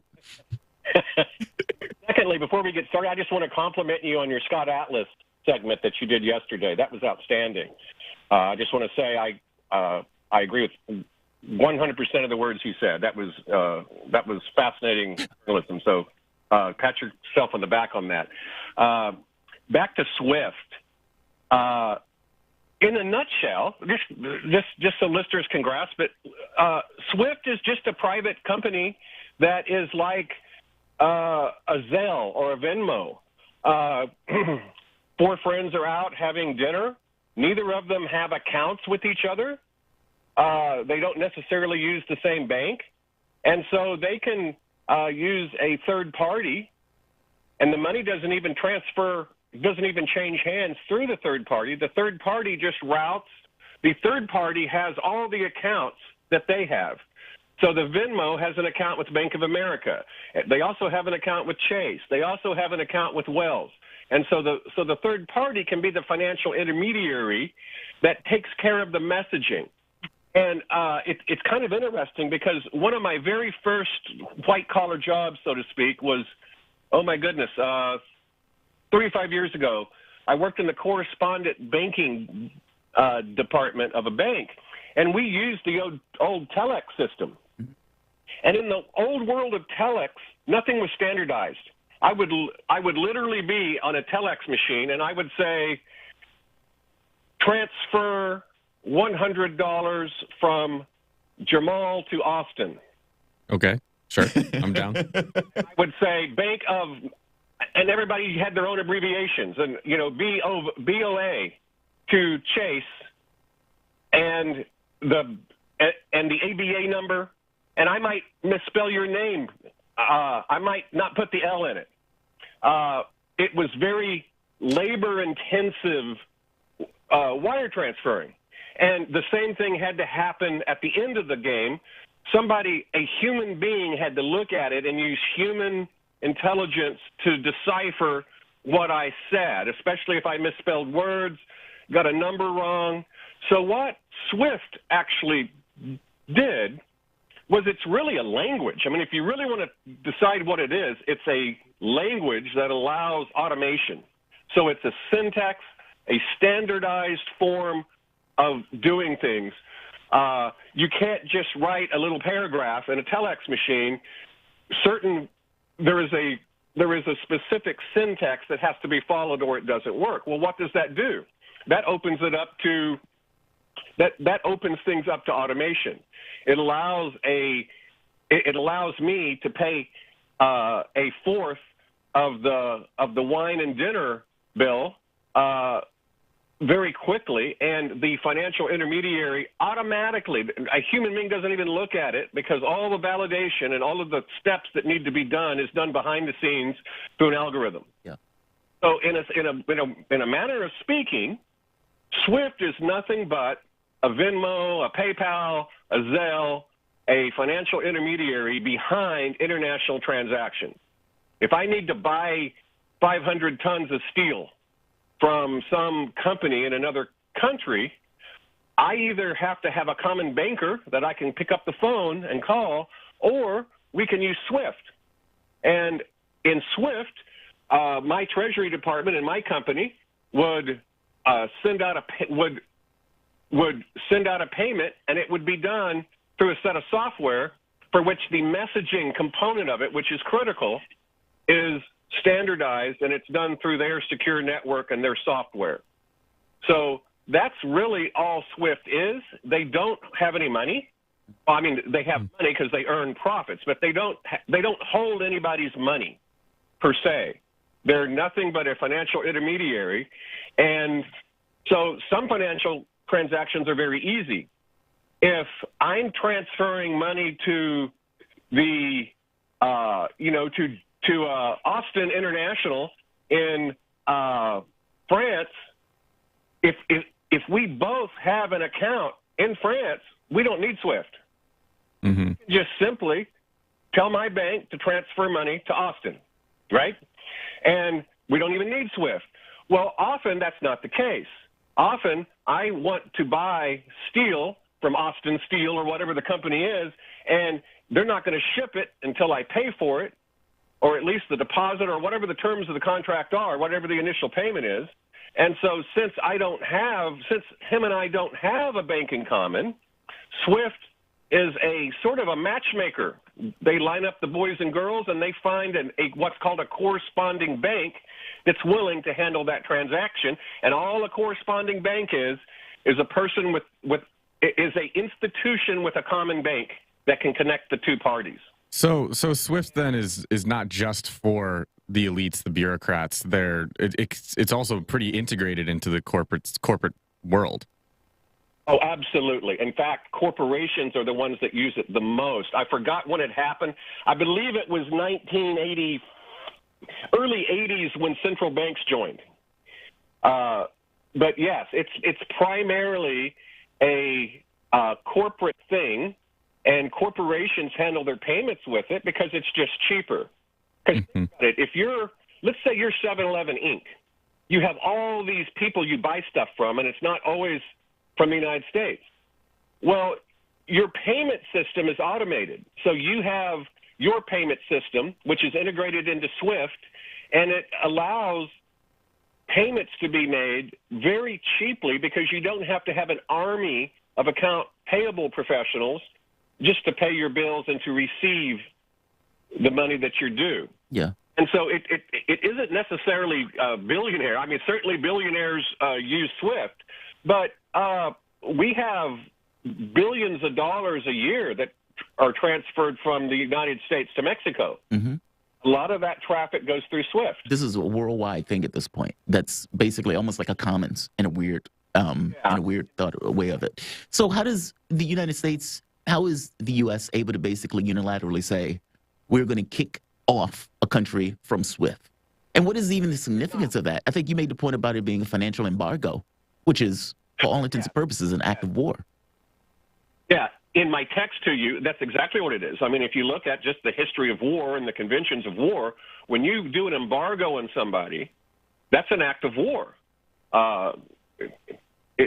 Now, take that to the modern world. If you embargo somebody's financial system, that is indeed an act of war.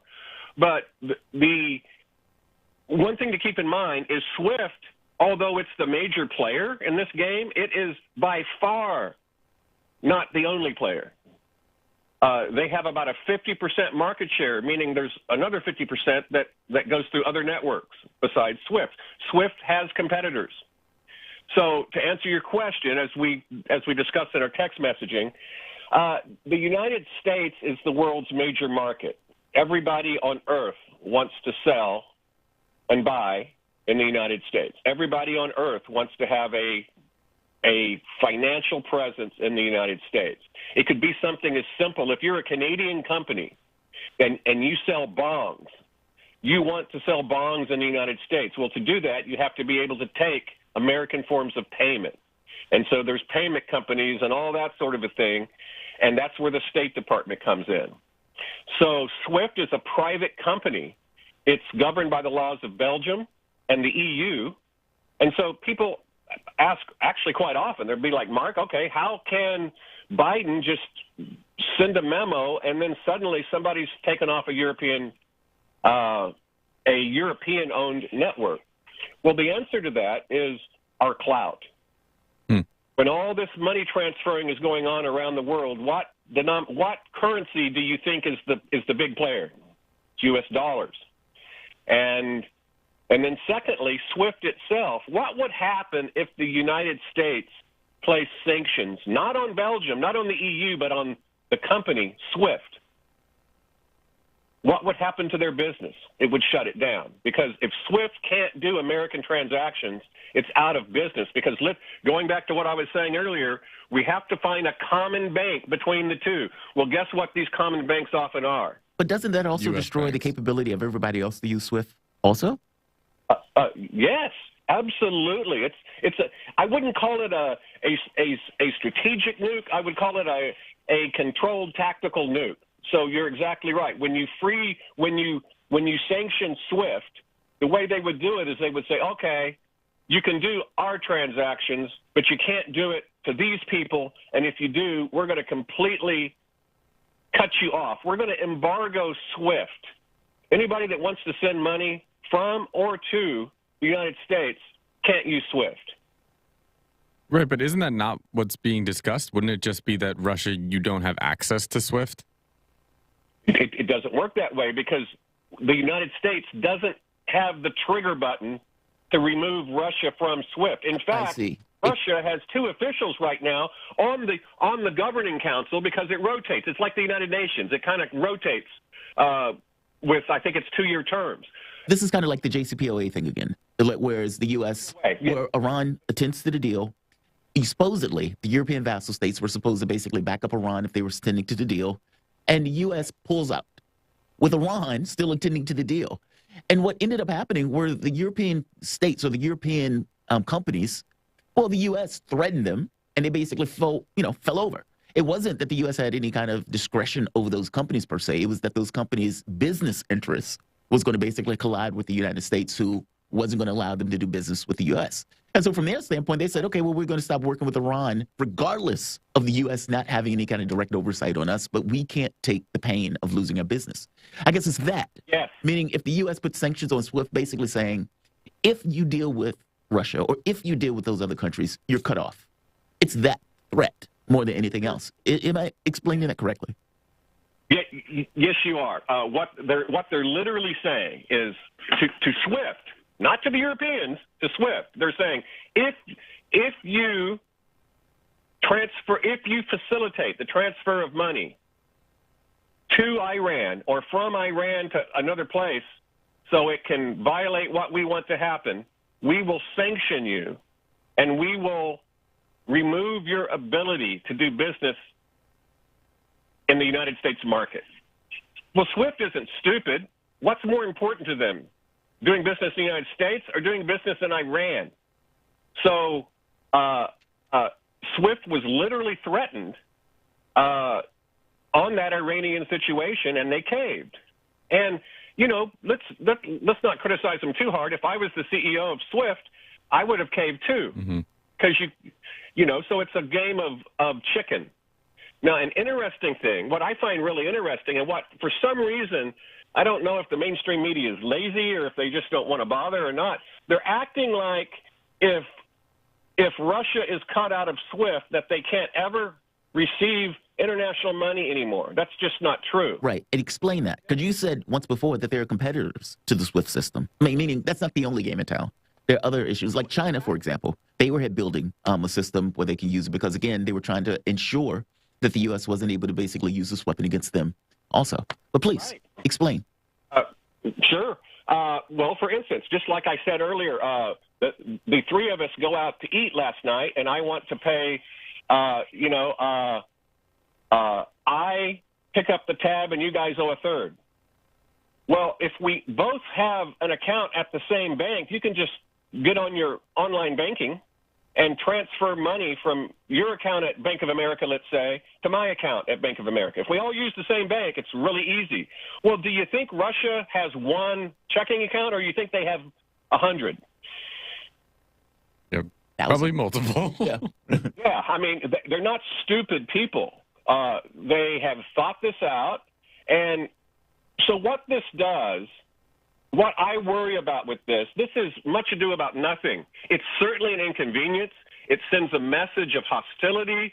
The signaling around it is significant and profound. But with respect to actually keeping Russia from moving money around the earth other than in the United States, it's insignificant.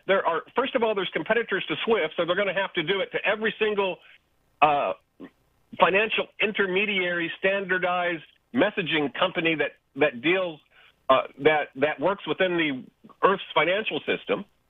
They're going to have to also strong-arm countries like China, for which clearly this administration is pushing Russia and China closer together, closer and into allies, which is stupid in my opinion. Just from a common sense game theory perspective, we ought to be, Russia ought to be our ally. I'd like to send Biden a globe and spin it and say, look at this globe and just tell me what our natural allies and enemies might be. And there's no reason the United States should be at odds with Russia. Even the people there's some strong similarities between Russians and Americans. There really are, especially if you go there and you travel the country like I did. And I don't mean go to Moscow and hang out at the tourist traps. I mean, you actually go meet the people and you break bread with them and drink with them and, chat with them. It just seems absurd to me. And what I worry about in this, again, this is sort of saying that this is like the first shot of a war. And, when you start putting embargoes on people and you start interfering with a country's ability to handle its finances, imagine if somebody did that to you. They would become your enemy pretty quick. Mm-hmm. And when the enemies have nuclear weapons, and when they're starting to move armies closer and closer together, I'm not worried about Biden and Putin. I'm worried about some rogue commander that gets a little wigged out and does something rash, which promotes something rash on the other side. It's the exact same thing as a Cuban Missile Crisis. Yeah. Mark, if I can talk to the Russia-China relationship, there were talks of, well, if we take off Russia from the SWIFT system, then Russia's going to adopt the yuan from China. So is that even a possibility? Do you see that happening, and what would that do? I would imagine that would devalue the dollar, correct? Yes, there's absolutely. Here's the problem with China from a monetary perspective. China has said for 40 years, ever since it really joined the world financial system, that we will be overvalued relative to the dollar.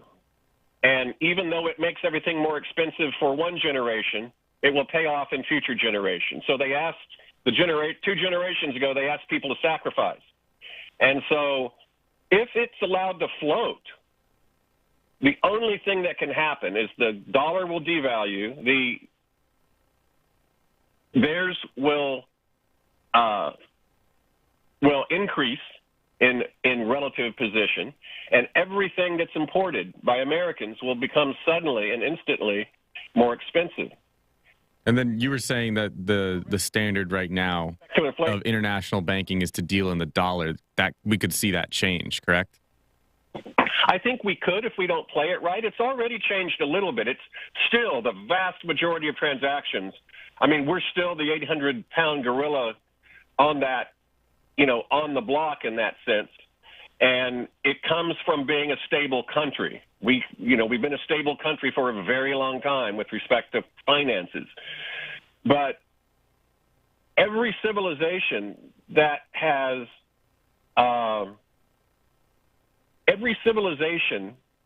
fallen financially has fallen from within. We have stupid, dumb policies. And I'll be honest with you, my view of this administration has fallen to almost zero. Everything that I think they should do from a rational perspective, they seem to want to do the opposite. And I think they're blowing it. I think there's Americans right now that are suffering 30 to 40% actual inflation in terms of what they actually have to buy to survive. We see Biden talking about removing Russia from the world transaction system. So okay, great. So we take Russia's oil off the market. Let's say we're able to do that temporarily. Let's say Biden is successful in being able to do that. Well, oil is a commodity. It's fungible. Even if we don't import one drop of Russian oil or gas, that still affects the world price of oil and gas. And we import what? We're the third largest importer of Russian gas or something to that effect? I mean, so it's not even like it's not even negligible for us in that scenario. Right, but it isn't where we import it from. It's the world price of it. If we remove a huge player like Russia from the equation, that means that there's going to be relative increased scarcity of oil and gas, which means the price is going to go up, which means inflation is going to go up even farther. And I don't know if there's, like I said in your show before, I used to think there was some kind of vast conspiracy involved in this. Maybe something's going on in smoke-filled rooms, but I'm starting to think it's just incompetence. No, I think it's incompetence. I think these guys are lurching through the dark and allowing bravado, hubris, to kind of take or make certain decisions as opposed to kind of just good, rational sense. I mean, it's the way we talk about this, right? And the conversations that we've been having about it, there is no off-ramp. And there's no, good result for anybody in this process. None. And you would think that, rational actors would say, okay, I don't want to overly burden NATO for something like this, considering that this could basically falter or create a fault lines within the organization. No, they just kind of barrel on through. They don't even recognize, how do we say face? What is the off-ramp? How do we step back from the precipice as opposed to finding means, or this kind of escalation for it? It's very weird. I don't think there's any brain trust behind the wheel at all in this case. I really do believe it's just rank incompetence powered by a certain amount of hubris. What if it wasn't the SWIFT system, though? What if it was sanctioning all Russian banks? Or what if it was sanctioning the use of dollars? I'm not even sure if that's possible, but sanctioning specifically the use of dollars. What would be the repercussions from something like that? And would that have greater severity than sanctioning the SWIFT system? Yes, it would be an act of war, and certainly, in my opinion, if you go to full embargo mode, it's an act of war.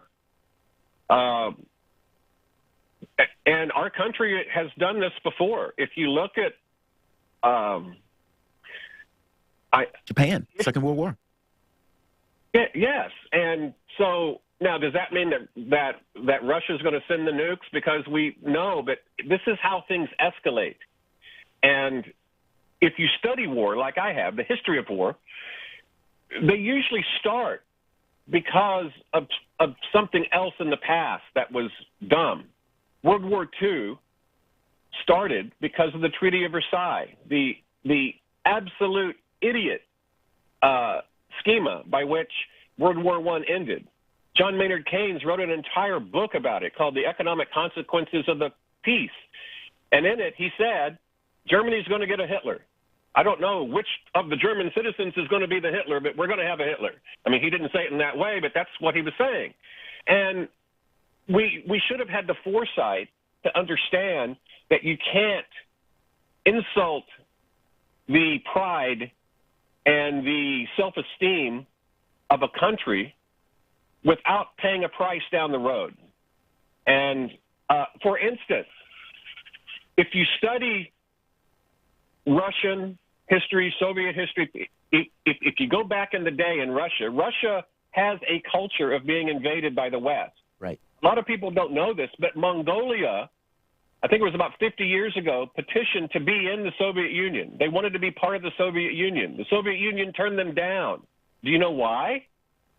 Because the Soviet Union didn't want them to be part of the Soviet Union because they thought it might get them into a war with China. They liked having that. They liked having buffer countries between them and traditional enemies. And so after the Soviet Union ended, there was a gentleman's agreement amongst the United States, that is NATO, and Russia, that NATO would not use its victory in the Cold War, let's call it what it is, to unnecessarily threaten Russia. And I don't even see a reason for NATO anymore, to be honest with you. I just don't even see why we need one. Just from an economist game theory perspective, I don't. Well, it's a issue of power. It's not an issue of good sense or rationality. Yeah. But we don't need it in terms of keeping the United States safe. NATO was essential in 1960. It's not essential in 2022. And so when we put yourself in the position of a Russian historian and we're saying, okay, we're going to let Ukraine join NATO, which means we're going to do joint exercises. We're going to put troops in Ukraine. But don't worry, we're not going to invade. Now, Americans can't imagine the scenario by which we would be the bad guy. It's just not in our DNA. I don't know how we got that way, but that's the American mindset. But if you're a Russian, especially if you're an older Russian, you remember, it's in your muscle memory that the West tends to invade us. And with all the modern neocon rhetoric, I think we blew it after 1990. We started getting in everybody's business. Nobody likes their business getting into. You would hate it, Jamal, if I went in and said, oh, you're spending your money wrong. Oh, you're not doing this right. You need to change the way you eat. Nobody likes that. You know, to be an international Karen is very annoying. Which is an international Karen. Mark, I really appreciate this. I mean, you gave a great explanation of it and the repercussions of it. And that's kind of exactly what we're looking for. Basically, we keep hearing it, right? And so it's one thing to just kind of hear swift, swift, swift. But what is the significance of it? What does it actually mean? And what are the consequences? So thank you very much. Mark Frost. Very welcome. Is an economist, professor, consultant, drummer, Eagle Scout, Marine, capitalist, Schumpeterian, and recovery libertarian. You can follow Mark on Twitter at FrostyCash. That means you are listening to Fault Lines with Thomas and Pelly. We're going to be taking your calls when we come back. The number is 202-521-1320. That's 202-521-1320. Back in a moment. Fault Lines. In a media landscape filled with so-called journalists acting as stenographers for their billionaire bosses, there is a desperate need for news, analysis, and perspectives that buck the status quo and get to the heart of how domestic and international events impact you and me, as well as showing how we can get involved in the struggle to change that status quo. Check out By Any Means Necessary on Radio Sputnik, Monday through Friday from 2 to 4 p.m. Eastern, to hear the stories and voices that mainstream media refuses to tell you. And join us as we connect the political, social, and economic movements shaping the world around us. That's By Any Means Necessary, Monday through Friday at 2 to 4 p.m. Eastern, right here on Radio Sputnik.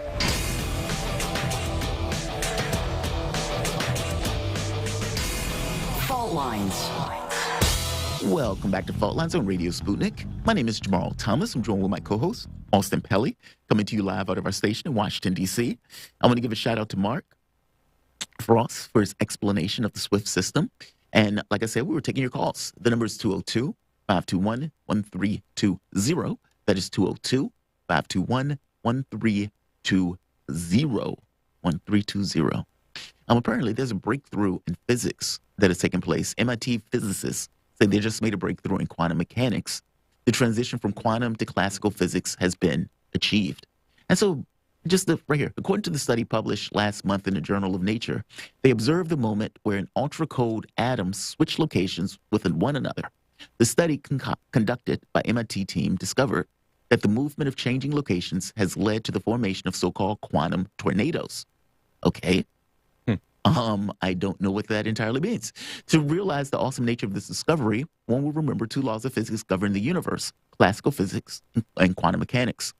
Classical physics governs our movements, place, location, all based on the law that we can only be in one place at one time. Meanwhile, in quantum physics, all particles may exist in numerous places simultaneously. This kind of superposition of states.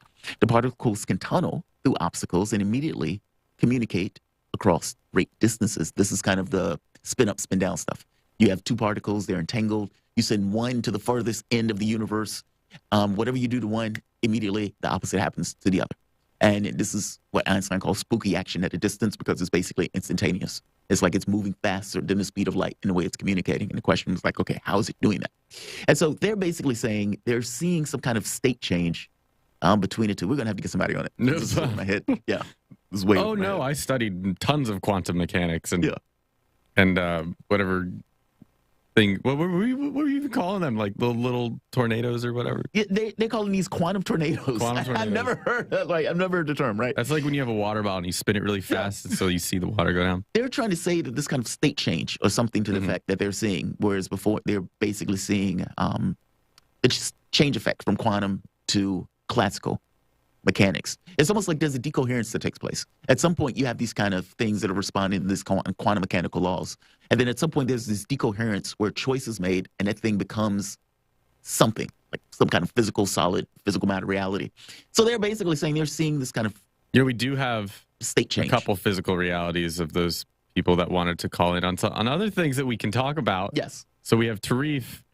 Tarif calling from New Orleans. You're on the line. What's on your mind? Nice transition by Pelly. Go. Quantum mechanics. Yeah, that's what you wanted to comment on, right? You can explain this? Yeah, of course. Let me put out the big old physics books. But anyway. First, I'd say free journalism science, free Donginger, and hashtag no more. I have like 3-4 comments. U.S. Special Forces, it was reporting that the U.S.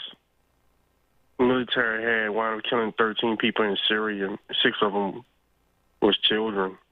So it's been, put out there on Twitter. Yeah, I just started reading some of the reports that were coming from the people that were basically on the ground. And yeah, some of the stuff looks really ghastly.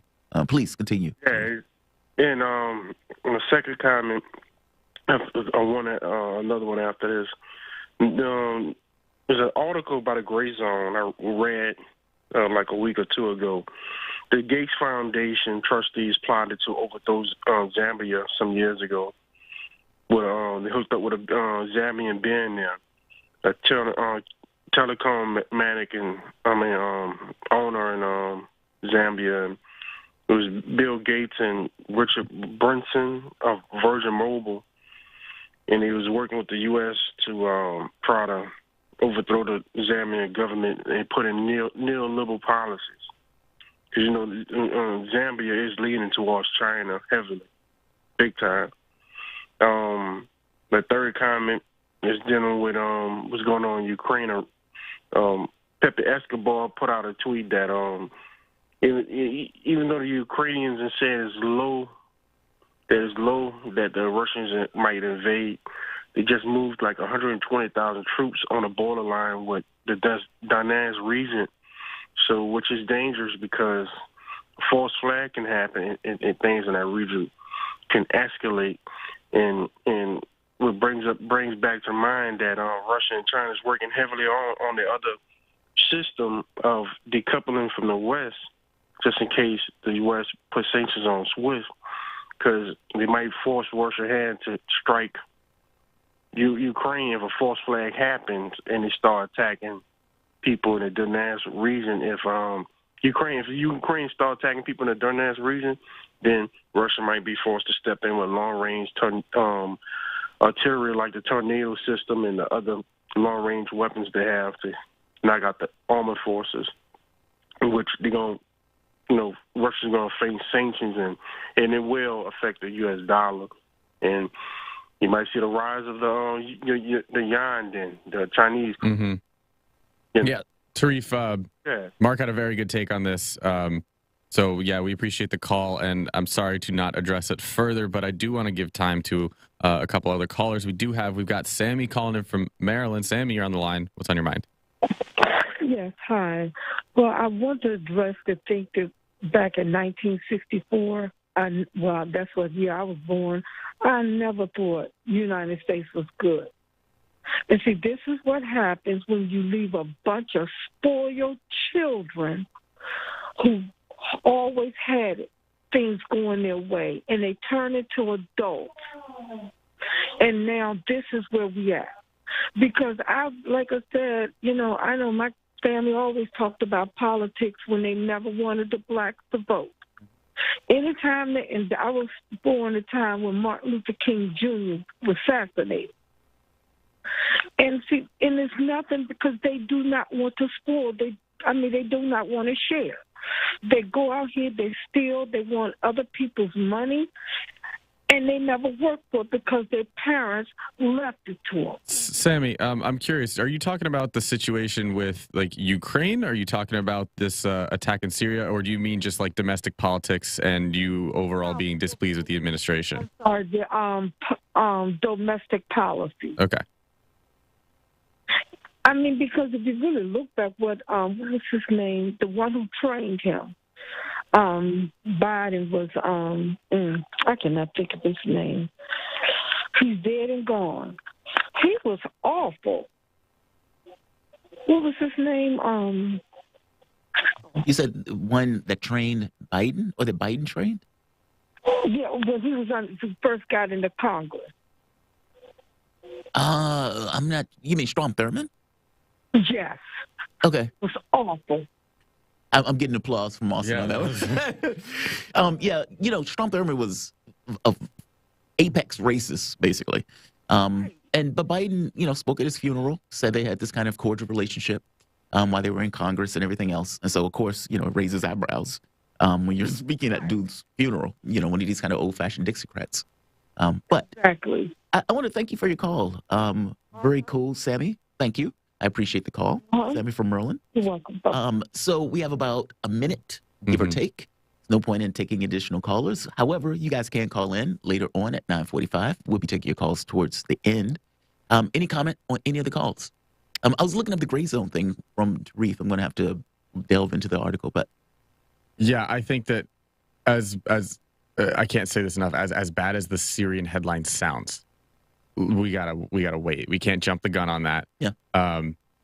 And I feel like people aren't giving enough attention to the fact that we do this all the time, and does that make it wrong to go in to take out a ISIS leader? Just specifically that act, just to take out an ISIS leader. So I think the thing is, it's never really specifically just that act, though. I mean, the 500,000 died, under the Obama administration. Then it's the Iraq War, and then even the justification for being in Syria. They were using Iraq as a justification for being in Syria, this kind of fig leaf.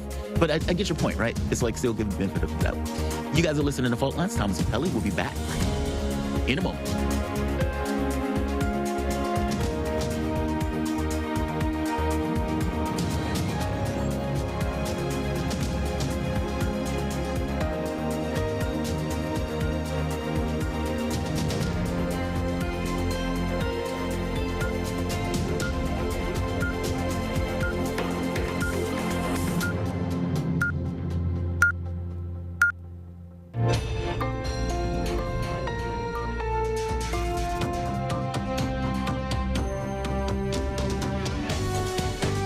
listening to Radio Sputnik. Telling the untold.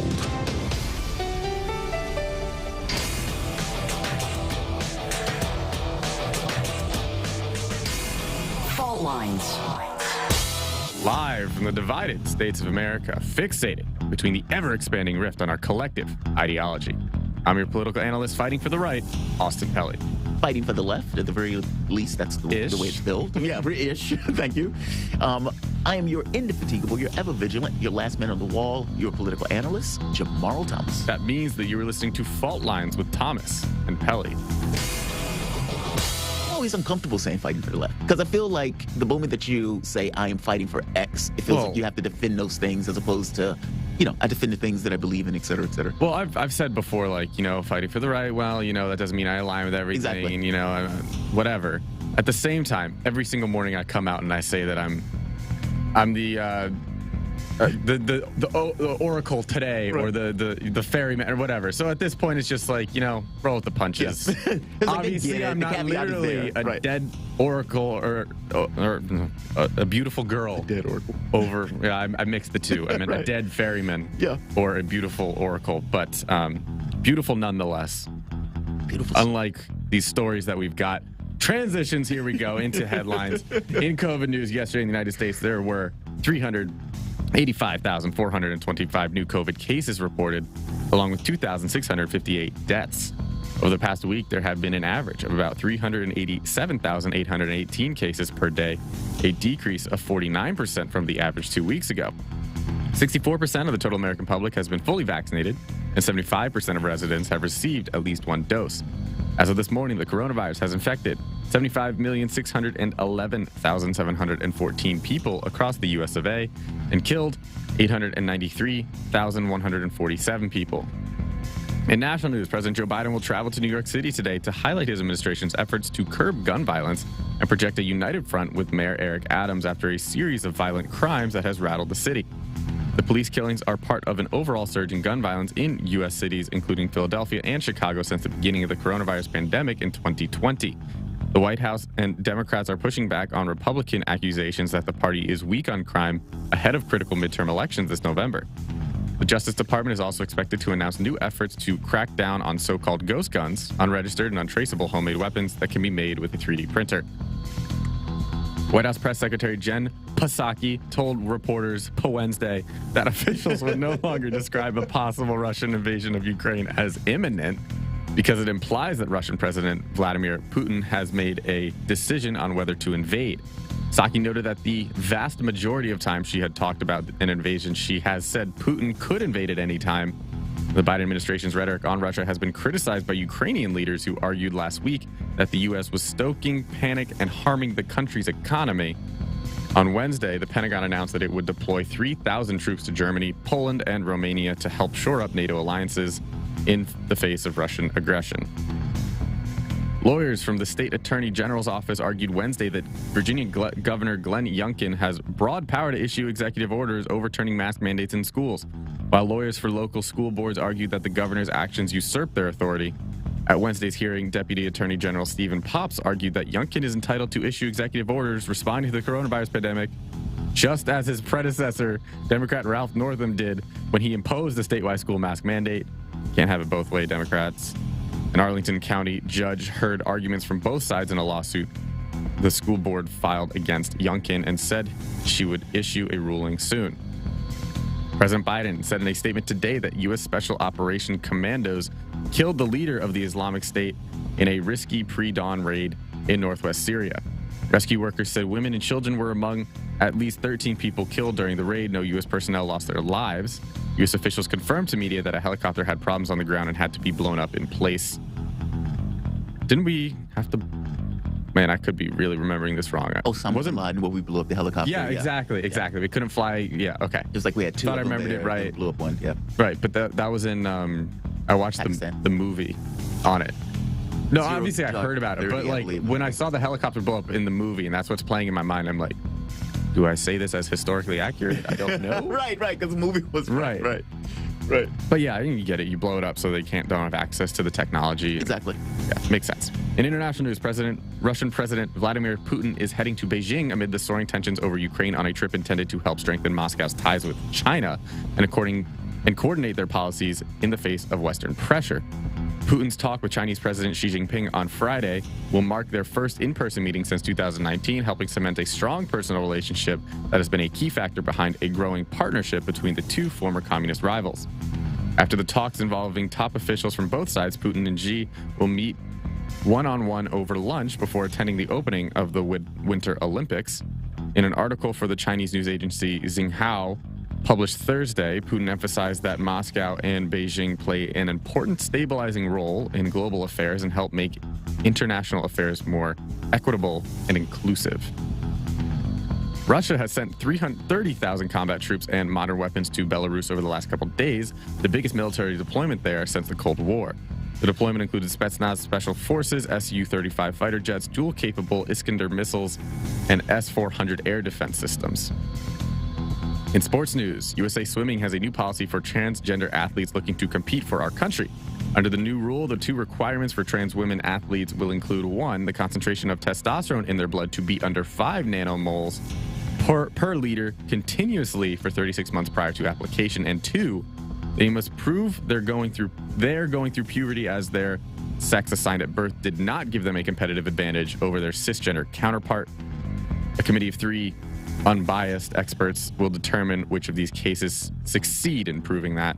I think we should definitely return to that one. In defending himself against criticisms of a maskless photo with NBA legend Magic Johnson at a football game, LA Mayor Eric Garcetti claims he held his breath the entire time his mask was off. You know? He basically keeps an oxygen tank with him at all times. Pretty much. And he's good. Former Olympic swimmer. He added that there is 0% chance of infection when he does that. I love that. 0. There's no chance. Also posing in the photo was maskless San Francisco Mayor London Breed. The Democratic mayors in California Governor Gavin Newsom have faced scrutiny for appearing maskless at the game and apparently disregarding local mask requirements and the arena's own policy. And their own policy. Yeah. I mean, Democratic mayors and stuff were the ones who were pushing very hard on the mask stuff. And look, I agree with them on it, but you got to live by it. Can't have it both ways. I'm going to just hold my breath. The governor also was on the defensive about his own maskless photo with Johnson in one of SoFi's suites. At a Monday news conference, Newsom said he was very judicial about having his mask on despite the photo. I get it. See, the beauty of this is, from being on the right, you can just say, well, I just never agreed with the mask mandate in general. Right. You're consistent, right? It's consistent. Yeah, you can just, whatever. If I wear it, then I just help you out, and you should be thankful for even me wearing it at all. Exactly. But being so hard on this notion of you should wear your mask, you must wear your mask, you must wear your mask. They're criticizing them for going to a game, wearing the mask, and then magic. I'm sorry, big fan. Can we take a picture? Mask off. Off. Snap. Back on. Yeah. Okay, come on. He held his breath the whole... Yeah, he held his breath the entire time. But, that's what you get for being we have to do this to save lives. Yeah. So... I gotta be honest, I don't care if they take their mask off to take a picture. I think the issue, like you said, it's the level of insistence that was kind of put on this notion of mask and everything else. And like I said, I agree that people should wear their mask with their level of insistence. By the same token, you're gonna get hit with it, especially when you say stuff like, I held my breath. Don't do that. Don't say that. Honestly, don't say that. That sounds so ridiculous. Just say, look, I just took a picture and it was just for a people moment. Say that. To say I held my breath feels like Bill Clinton. Well, I didn't inhale. It depends on what your definition of is. Yes, I took that pot to my lips, but I didn't really inhale it. I just held it in my mouth. And Perfect. It's that nonsense, right? So it's like, dude, don't insult intelligence by saying you just held your breath. Okay, well, moving on to business news, CNN's top boss, Jeff Zucker, resigned from the network Wednesday after he didn't disclose a romantic relationship with another senior executive at the company that's long been considered the worst-kept secret in television. Zucker, who has helmed the cable network for 9 years, told colleagues in a memo that his relationship with CNN's executive vice president and chief marketing officer, Allison Gollust, came up during a probe into Chris Cuomo. Gollust, who previously worked as former New York Governor Andrew Cuomo's communication director, released a statement confirming the relationship. Quote, I regret that we didn't disclose it at the right time. I'm incredibly proud of my time at CNN and look forward to continuing the great work we do there every day. End quote, because, she's sticking around. But We will dive into that a little bit later this hour. And today in holiday news, today is For Chaplains Day, National Missing Persons Day, and the day the music died. The day that Buddy Holly, Richie Valens, and J.P. Richardson died, along with the pilot, Roger Peterson, in a plane crash near Clear Lake, Iowa. Wow, the day the music died. It's so epic. I think right? I mean, am I wrong? No, you're wrong, because the day the music died was the day that Neil Young took his music off Spotify. Because that was it. That was it. There we go. Those are your headlines. You're listening to Fault Lines with Thomas and Pelly. Yeah, that's just so epic sounding. The day the music died. Well, I just start singing. Wow. I'm going to get slack for this. Is that Cat Stevens? Which one? The day the music died. Oh, I have no idea. Music died. Yeah, I'm not sure. Bye. Join me for karaoke tonight. Anyway, I mean, we're going to be masked up unless there's photos like you said, to be taken. right. So you can kind of just blow it off and be like, I never care about that stuff anyway. At the very least, you'll be intellectually consistent with the whole thing. USA Swimming. Yes. What do you think about this, right? So they're trying to find some way to kind of make this fair and deal with the criticism that, well, wait a minute. Do people who've transitioned, especially from, let's say, a man to a woman, have an advantage being in women's sports because of less muscle mass or something that affects them more? Right. And so that's what they're trying to balance out. Does this do it? I think this does it. This is way more than I thought they would do, because I thought 30-something months is pretty intense. So yeah, that was the big thing I wanted to bring up. So they have to be, their testosterone levels have to be consistent with essentially normal females, right? For 36 months prior to applying to join the Olympics, not prior to racing in the Olympics. No. Before even applying for the Olympics are every 4 years. 36 months is 3 years. Yeah. So I don't know how long it takes to apply for the Olympics, but I imagine you have to do it close to a year out. And they're going to keep blood levels each month? Is that the thought? Like each month they keep it a running blood level, so over the course of 3 years. Well, that just means that you have to know that you will be competing in the Olympics at least 4 years in advance. So you have to know, I will definitely be competing in the Olympics next time they're around. Right. And constantly take blood samples every month or so. Right. It's intense. It's a lot. It's a lot. Yeah, it's a lot. I mean, and then I also see this as okay, they're hitting this on two fronts, because they're addressing the issue of transgender athletes competing in women's sports. That's the issue at heart. And then you have this ideological, well, they shouldn't be ostracized because they're women or women and women. Exactly. They're women. But then you have like the practical, they're dominating the competition. Yes. So how do you do it both ways? Well, you have a practical scientific approach, right? There's this rigid mark, no more than 5 nanomoles per liter every month for 36 months when you know that you're applying. This is a balance. But then you have the more subjective that can listen to kind of the feelings and thoughts behind it of this panel. Yeah. Which unbiased. Yeah. That's always, yeah. I mean, look, they're trying to balance both, right? They're trying to say, okay, we don't want to just say trans athletes be in their own area, because trans athletes are not going to be happy with that, because that goes too far into the notion that women and trans women are different. They don't want to deal with that part, right? No. Uh-oh. What happened? I can't believe it. Jack, I'm totally going to get roasted in the comments. I didn't even look at these yet, but Jack said, dude, that's American Pie by Don McLean. And I'm like, of course I knew that. Bye, Miss American Pie. Why did I say Cat Chevy Stevens to the levee? Right, you said Cat Stevens, Oh, my gosh. That's funny. I listen to that constantly. Wow. That's okay. Okay, so this is my 2-week notice. Yeah. I'm done. Fact check. My father is going to kill me. I grew up entirely on 70s music. It is difficult to do this stuff when you're on the fly and stuff is like flowing into your head. You don't always, you can't always get the right card for it. That's okay. You've been corrected. Yeah, but Don McLean sings like my favorite song of that era. Gotta be a better person, man. He sings Vincent by Don McLean. Oh, like that song. That's your thing. That's your It's karaoke. hard. Yeah. It's okay. You'll be okay. You'll live. I don't think you need to resign because of that. People are not happy. I'll get over it. So what do you think? I mean, do you think this works? I mean, I think some people would just say, well, why don't you just let trans athletes be in their own section? Yeah. That way you don't have to do all of this stuff. It's just an even level. That's what I would say. But the issue is ideological, right? They're going to say, it's kind of like the gay marriage thing. They're going to say, well, wait a minute. This is somehow different than this particular event. And I am a woman because I'm a woman, and so these things should be equal, and I should be okay to do it. And so I agree with you. It seems like they're trying to deal with two. They're trying to deal with this kind of ideological question of, look, they don't have to be in their own group, and not just have to be in their own group. We've balanced out this equation so that their levels are basically equal with other natural women's levels. That part. So they did that. And then, like you said, to this other point, this notion of 3 years is pretty intense. It's almost, that's going to be a headwind in and of itself. But is this adequate? Does this put to rest the issues? I mean, because they even went with the puberty thing, that the person basically had to show that they weren't getting any kind of benefits from puberty that would have added to like muscle mass or some other kind of advantage of, of physical dominance per se. It's a lot. That's all. I mean, it is a lot. I lean on the side of like, oh, well, what's wrong with trans athletes just playing in trans sports? I mean, but again, the ideological question immediately comes up with saying, well, wait a minute. Why are you saying that I can't compete in these same events as these other people who are competing in these events? I don't know. Is this adequate? Let me ask that. I know you fall on the side of just trans athletes. Yes. So this gets sticky here because America is very concerned about this because America is woke. Yes. Are there other countries that will be competing? Do you think China is going to say trans athletes, you can compete? That's the other in the same part. Thing? And this is the Olympics, so it's nation versus nation. Right. How does that work? Well, the International Olympic Committee would have to make a decision, and guess who controls the International Olympic Committee? The U.S. Big old U.S. of A. Had their pockets like crazy.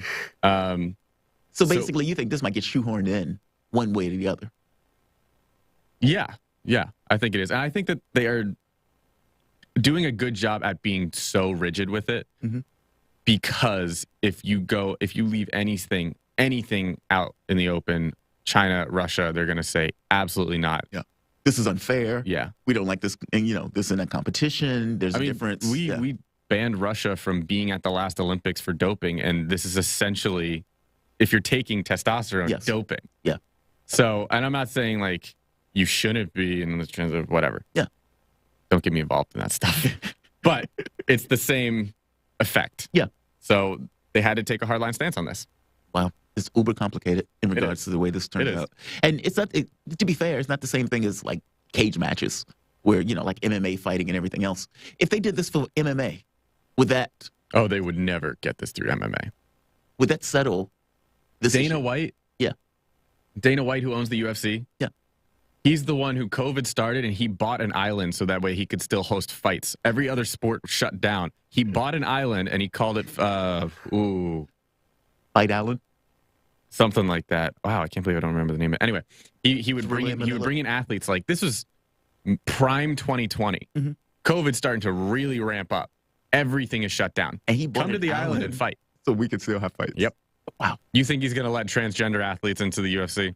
Probably not if he's willing to go that far. Not unless they're all fighting in males. Yeah. In the male category. And that doesn't happen. Are there any athletes that transition from female to male to fight? To fight? I don't know of any off the top of my head. I would imagine they wouldn't make it that far. Exactly. But at the same time, if they're a decent female athlete and Dana White holds a contender series, which is essentially amateurs can come in and it's like a series of fights, and that most hyped up fight of the night, the title card. No one has any UFC contract. And basically someone is guaranteed a contract by the end of the night. Yeah. So people super anxious to prove himself. But it's like, it's both super interesting, but also like not the technical best fighting. Maybe a transgender male, that's what you say, right? Come in and dominate, basically. Maybe, yeah. But the thing is, even if you win, you specifically aren't guaranteed to have the contract. So if you win, Dana could say, I like the way the loser fought better. Really? Yeah. He doesn't normally do that. That undermines the point of the whole contest. And honestly, if he did that, I think he would be all sorts of pushback on him for doing that.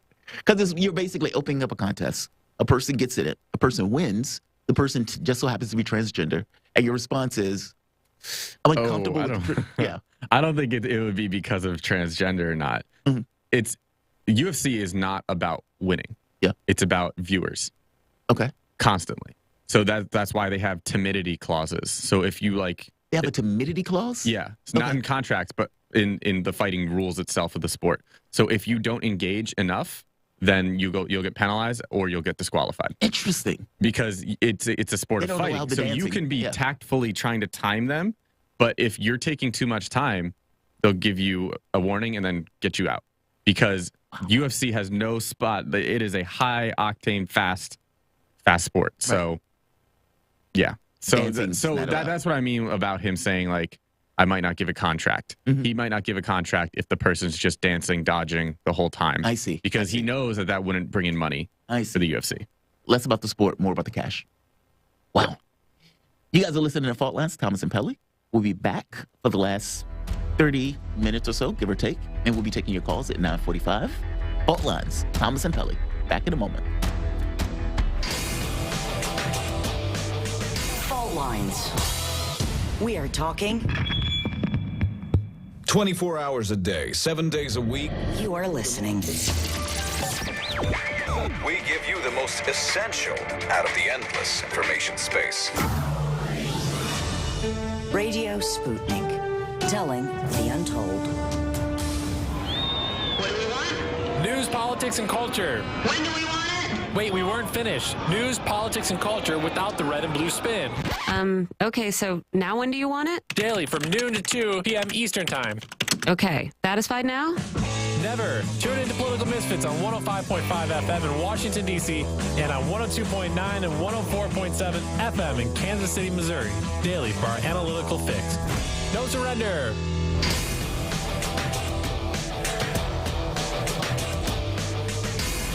Fault Lines.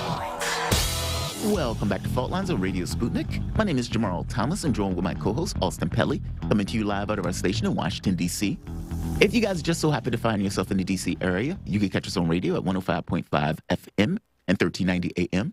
We're also kicking around in Kansas City at 102.9 FM and 104.7 FM. If you guys are digging what Austin and I are putting down, whatever platform you're consuming this content on, give us a like and share that audio or video. If you want to join in on the conversation, you can do so with a chat, tweet, and of course, you can reach us by phone at 202-521-1320. Your engagement helps make the show what it is, so definitely don't be shy. So as we mentioned earlier today, where we were having this conversation about Jeff Zucker stepping down from CNN, and I'll just read the headline. CNN's top boss, Jeff Zucker, resigned from the network Wednesday after he didn't disclose a romantic relationship with another senior executive at the company that's been long considered the worst-kept secret in television. Zucker, who has helmed the cable network for 9 years, told colleagues in a memo that his relationship with CNN's executive producer, or vice president, and chief marketing officer, Alyssa Golis, came up during a probe into Chris Cuomo. Gullis, who previously worked as former New York Governor Andrew Cuomo's communications director, released a statement confirming the relationship, saying, quote, I regret we didn't disclose it at the right time. I'm incredibly proud of my time at CNN and look forward to continuing the great work we do every day, unquote. This raises certain questions. I mean, one of the most basic ones is, what is CNN with Jeff Zucker and what is CNN without Jeff Zucker? The other one is, if these two people were basically equals for all intents and purposes, this wasn't a relationship where there was a power differential between the two, neither were married, then why does Jeff Zucker need to step down and resign over this particular issue? And why does he have to step down, but she can retain her job? Since, again, both of these people were relatively equal in standing. To have a conversation about this and what this means for CNN going forward, we're joined with Daniel Lazar. Daniel Lazar is an independent journalist and author, best known as a critic of the U.S. Constitution, American politics, government, and social policy in general. He's written a number of books, including The Velvet Coup, America's Undeclared War, and The Frozen Republic. Daniel, thank you for joining us. How are you doing this morning? I'm good. How are you? So far, so good. Better that you are with us. So the Jeff Zucker thing, what did you think of that? I thought this was very weird. And like I mentioned earlier, I'm still waiting for the other shoe to drop. I don't entirely trust this. Supposedly, they're doing an investigation on Chris Cuomo. Within the context of this investigation, this relationship with Zucker and Golis basically comes up. And because I guess he wasn't honest with it in the beginning, he apparently had to resign effective immediately. He blindsided various people with his memo at CNN, who basically had to reconcile the fact that the president of 9 years is no longer going to be there anymore. And so she's staying for some reason, meaning even though he didn't disclose or anything else, he has to leave. She's perfectly fine in staying. There's no consequence from her on that end. It just seems weird to me. Both of these guys are relatively equals. Why do you think this is taking place? And do you think there's something a little bit more to it? And more importantly than that, because that's going to always be speculation until we get more reporting on it, what is the direction of CNN without Jeff Zucker? Well, okay, so those are a lot of questions. I mean, first of all, the reason he's going and she's not, as I understand it, is that he actually lied in response to a question. Actual relationship with everyone else staff. Daniel, you're breaking up a little bit with us. We may have to give you a call back. Try it one more time. No, we're gonna call him back. I do need to put some context out there. It seems like Jeff was getting a lot of pressure from the company higher ups because CNN is working with Warner Brothers and Discovery. I believe CNN is a Warner Brothers product, right? They're working to merge right now. So with that scandal, I think they were trying to get ahead of the headlines of saying Warner Brothers was trying to get ahead of the headlines of saying CNN top executive lies about Cuomo investigation. Interesting, yeah. Think about that. The headline looks bad. Yeah. Looks very bad. And it's the executive, and then you could also implicate your next executive to take over the spot. I think it would probably crumble the company. So yes, we do have Daniel back. Daniel Lazar, can you try that again? How you doing? Yeah, how you doing? Awesome. Oh, much better. Great. Okay. Anyway, so it seems that Zucker's crime was lying in response to a question regarding, romantic relationships. So that's why he's in trouble, and why the other half of the relationship is not, because she didn't lie. But to me, what's so bizarre is that where did they get off asking these kinds of questions in the first place? Yep. I mean, whatever happened to the right of privacy? If you're hired for a job, whether your job is to fetch coffee or to run the entire network, your job is to do your job, and when you're off hours, you're a free person. But what about the allegations of them advancing each other's career? I don't know, because obviously if you get into a romantic relationship with your superior and they advance your career, that's an issue. But what about this kind of like step for step? Is that ethically okay? I think you could certainly run into trouble, conceivably. But nonetheless, there is the privacy issue. I mean, if you're in a relationship and you're using your position to promote that person, or conversely, if your girlfriend, turns you down or rejects you, and then you go, you try to sabotage her career, those are really bad things, and you shouldn't do that. You'll get in trouble for doing that. But still, there's a basic privacy, which is the presumption is that you are free to engage in whatever kind of relationship you like, as long as it doesn't impact your work in any meaningful way. I agree with that to a point. I mean, the thing is, I agree with that in this case. I mean, if there's a situation where the person is, let's say, like a Bill Clinton and Monica Lewinsky, where there's a vast distinction in power between the two, yes, it could be okay. By the same token, it could also be this kind of extortion, or this person has certain feelings that they feel like they must do X in order to maintain their job and their living. But but generally, I do agree with you. I mean, do you put a caveat in for cases of differential in power? Or do you think in general it should just be a private issue? Well, I think there should be a presumption in favor of privacy. In other words, you shouldn't invade anybody's privacy. You shouldn't ask these kinds of questions unless you have a really good reason. That's fair. I mean, if you want to, if you want to, become, king of the transvestite ball in your off hours, that's your own business. And unless that somehow affects your job performance, it's your own business. Mm-hmm. And the bosses should keep their noses out. I used to be. I mean, decades ago, I was a union activist and a union official, and we fought battles like this all the time. And we've worked very hard, to preserve this separation between work and ordinary life. And I think that barrier is being trampled constantly, and to the detriment of the workers too. Mm-hmm.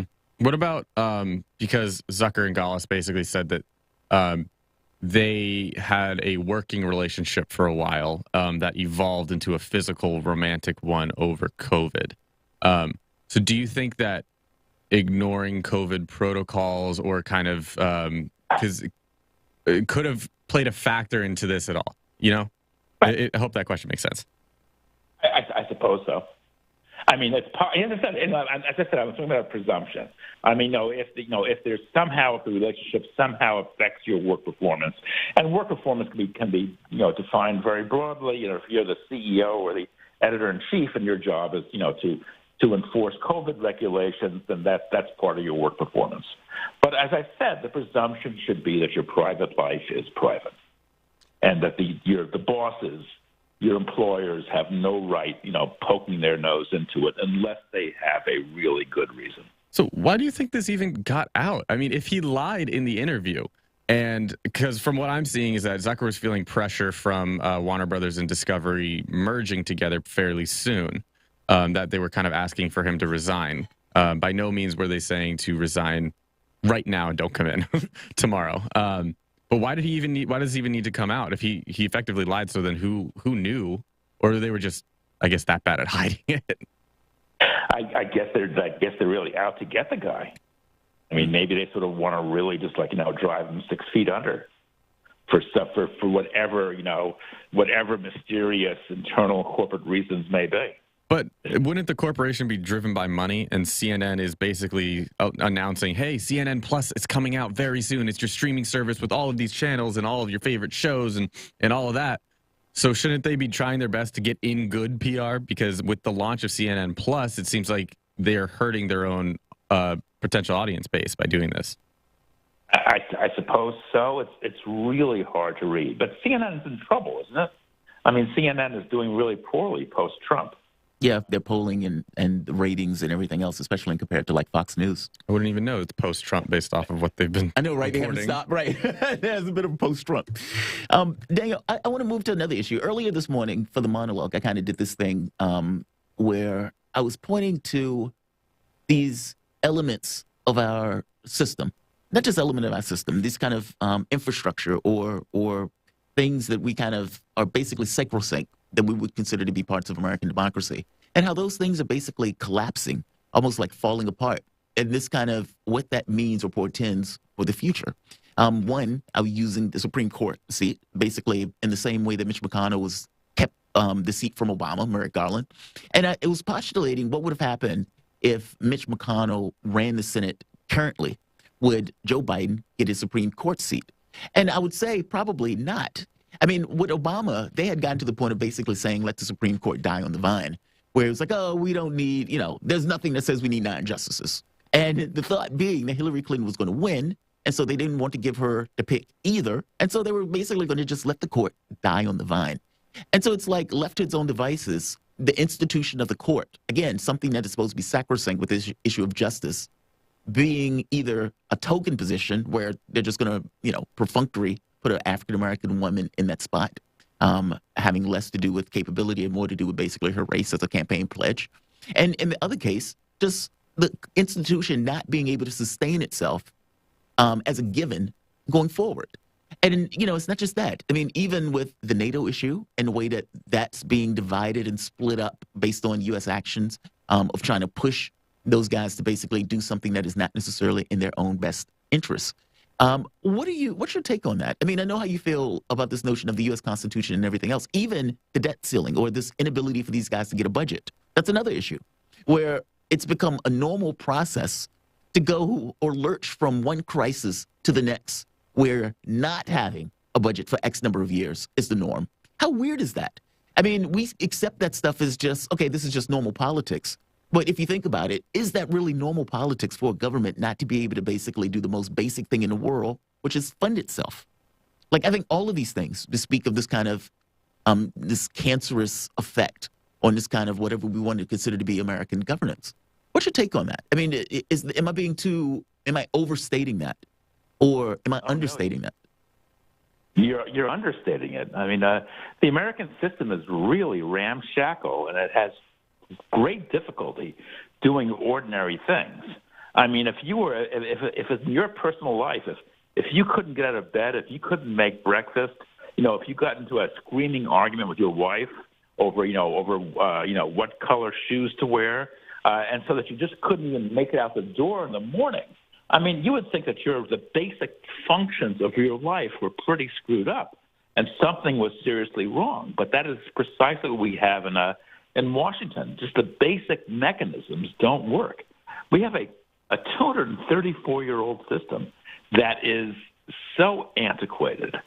It's unbelievable. It's in need of a general overhaul. That should be obvious. But at the same time, the system doesn't allow for a general overhaul. So it's in deep trouble, and there's seemingly no way out. And so therefore, Americans tend to normalize the abnormal. They somehow think that all this dysfunctional stuff is somehow on a higher plane, functional or correct or right or the way things should be. But it just makes no sense at all. Daniel, if I could pivot a little bit, because I want to make sure we have enough time to hit this thoroughly, because on the back of this CNN resignation, it's all rooted in one thing. Cuomo. Chris Cuomo, Andrew Cuomo, the greater Andrew Cuomo. And speaking of Andrew Cuomo news, it came out 3 days ago that the case against Cuomo has been dropped, that it cannot be pursued in a criminal court. And basically what came out of that, the prosecutor said that, or the judge said that there wasn't enough evidence to go forward with the case. And so my first question is, what about then the statement by Letitia James of her investigation that says that there were credible accounts and there was credible instances that would merit an investigation versus this being dropped now? Well, Letitia James is a politician on the make, right? She's out to topple Cuomo to make room for her own ascent. I mean, look, there's no doubt that Cuomo is a creepy guy. He's a bad boss. He's a sexist, clearly. I mean, he wanted, have nothing but, gorgeous women and spike heels, surrounding his audience because he didn't want to have to look at any females who were middle-aged. He wanted them all in their 20s and 30s. He engaged in boorish behavior. He let his hands go where his hands shouldn't go. I mean, all this kind of stuff. But, it's one thing to be a creep. It's another thing to be a criminal, okay? And all of us have our moments when we do things we shouldn't do, but that doesn't mean we should be hauled off in handcuffs. And I've never seen anything in the whole Cuomo saga that to me rose to the level of criminal malfeasance. It seemed like they were having a hard time proving the charges. Yeah, I'm big on the system and precedent and everything, but it seems like Cuomo just was really smart about it to a degree, because there's not enough documented evidence that could prove it beyond a reasonable doubt, and that's the burden of proof. That's what the judge said, or I believe the prosecutor said, that we don't see it worth pursuing because we don't think that we can hit that burden of proof. Which then opens the question of, I'm not sure if sexual assault cases can be tried civilly. But, I mean, OJ was found guilty in a civil court because in a civil court, the burden of proof is more likely than not, preponderance of evidence. And then criminal court is beyond a reasonable doubt. So could we see this now being taken to a civil court because it's more likely than not happen based off of all these people that have come forward? Because at various stages, even the judge here said that we found her, Miss, what's her name? Limiatis. We found Miss Limiatis, her claims to be credible. We just couldn't find enough physical evidence to hit that burden of guilt. So now in a civil case, with all of those testimonies and some pictures and things like that, could we see it come up there and him be found guilty civilly? Yeah, that to me makes sense. Makes a great deal of sense. It seems appropriate. I mean, if you're a boss and you create a really unhealthy work atmosphere, then yeah, there should be a penalty levied. And, you shouldn't be hauled off to jail, but you should somehow set things right, make restitution, somehow make things whole. And that strikes me as perfectly valid. I mean, people shouldn't have to work under those conditions. They should have some kind of recourse to justice. So therefore, that seems like a really intelligent solution to the problem. Daniel, one of the things that is taking place right now, there's this kind of argument taking place over the debt or the budget, basically. Apparently the debt is at $30 trillion, if I'm not mistaken. And, it's $30 trillion with an inability for them to make a decision on how to fund the government. I mean, it's very strange. And so it's like, kind of like I brought up last time, this stuff that is abnormal is basically normalized as, okay, this is just the way our system works, per se. If you had to make a change in the way that we engage with one another in the system, and let's say it's not as dramatic as, okay, we're just going to overthrow the entire Constitution. Let's say it was something that was, let's say, more piecemeal than that. What would you do to try to make this work? I mean, I don't know how to make a policy change that would basically get the two sides to function with this notion that America matters more than their own individual political ambitions. And if that's true, are we just kind of stuck with what we have going forward? Well, I'd like some kind of democracy. I mean, I'd like some way for the people to be able to decide in a democratic, majoritarian manner, how to go forward. Do we, it's a very simple question. Either you reduce expenditures or you raise income by hiking taxes. I mean, it's not rocket science. Yeah. But that's often a very hard choice to make because both are difficult steps. And so the only way to do it is to thrash it out and then to vote democratically. What changed, from your standpoint, as you look at the entire political space? Because we weren't always this way. I mean, it wasn't always this bad. At one point, there were people who were competent in their leadership. There were people who looked at America that it mattered more than, meaning this notion or this idea of America mattered more than their own political ambitions. I mean, I often recount John Wayne, that statement, I didn't vote for him. He was talking about John F. Kennedy. I didn't vote for him, but he's my president. I hope he does well. That would be laughed at today. I mean, we're at the point where the level of cynicism is so extreme, they wouldn't give Obama a Supreme Court pick. Or for that matter, both parties have gotten to the point of not even accepting the fact that the other party won the race. So when Donald Trump wins, Democrats say, oh, he's illegitimate, he's not real, he was lifted and dragged across the finish line by Vladimir Putin.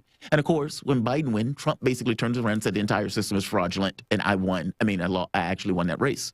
Like, that is disastrous for a country. And that's not even like the basic legalities. There's just this notion of what does America mean to the various people in America and how important is it in the context to their own their own wants, their own individual political wants. What did that change? Well, in case of the budget, the big problem is the Senate. I mean, it's really broken down. I mean, filibusters used to occur once a year. Now they are occurring 200 to 300 times per year. Back in the 1970s, the Senate essentially approved 25% of the bills that passed the House and came its way. Now the approval rate is down to 2.8%. Wow. That's something around a 90% drop. So the Senate has turned into a Bermuda Triangle, where legislation, good, bad, or indifferent, just goes to die. It disappears off the radar screen. And so it's a black hole. Yeah. And no one knows how to fix it. And the problem is getting worse. So that is going to end up destroying American democracy. One of many things, I might add. If you had to point to a point where that changed, and I understand your point, right? But I guess what I'm trying to get at or nail down is there was a consciousness shift somewhere where, the understanding of America changed into something else. And it's like, yeah, please. Yeah. I mean, to me, the great turning point was in 1994 with Newt Gingrich's contract with America. I mean, and Gingrich's, the contract wasn't even such a bad thing. It was a highly aggressive move, but it was sort of more than the system could bear, and the system started breaking down. And so Gingrich injected a note of intensified partisanship.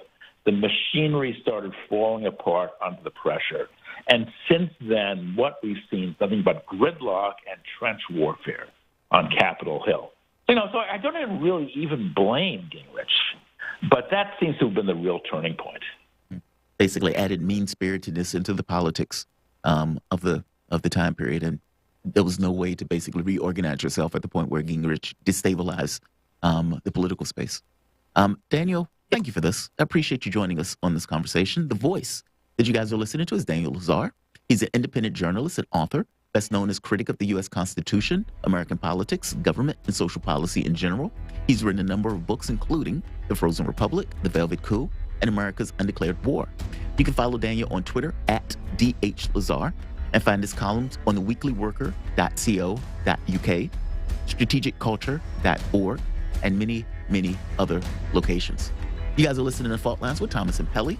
We'll be back for the last 15 minutes of the show. We'll be taking your calls. The number is 202-521-1320. Back in a moment. Fault Lines. Feeling kind of blue, but maybe also kind of red, and kind of purple, and kind of alone? You've got a friend on Radio Sputnik. Tune into Political Misfits from 12 to 2 Eastern Time, Monday through Friday, for news, politics, and culture without the two-party bias. Catch us daily on 105.5 in Washington, D.C., or 102.9 or 104.7 in Kansas City.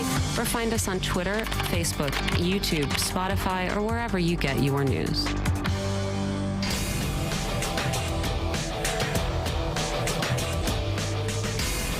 Fault Lines.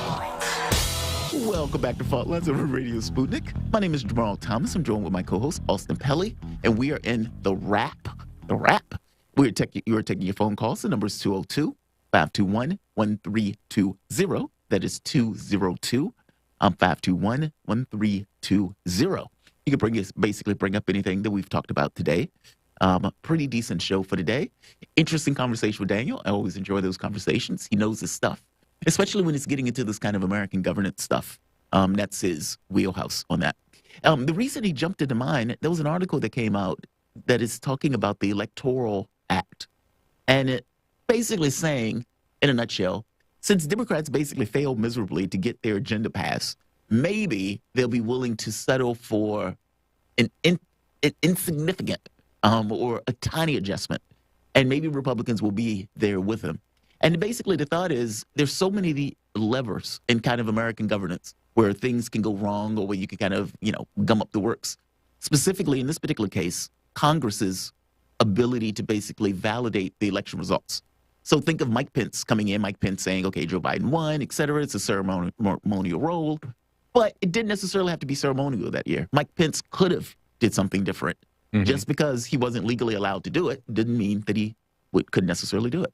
And so it was that issue more than anything else. And so their thought was, okay, maybe we could fix this. And maybe we could kind of meld or make this easier by getting rid of certain things, specifically being Congress validating the election results.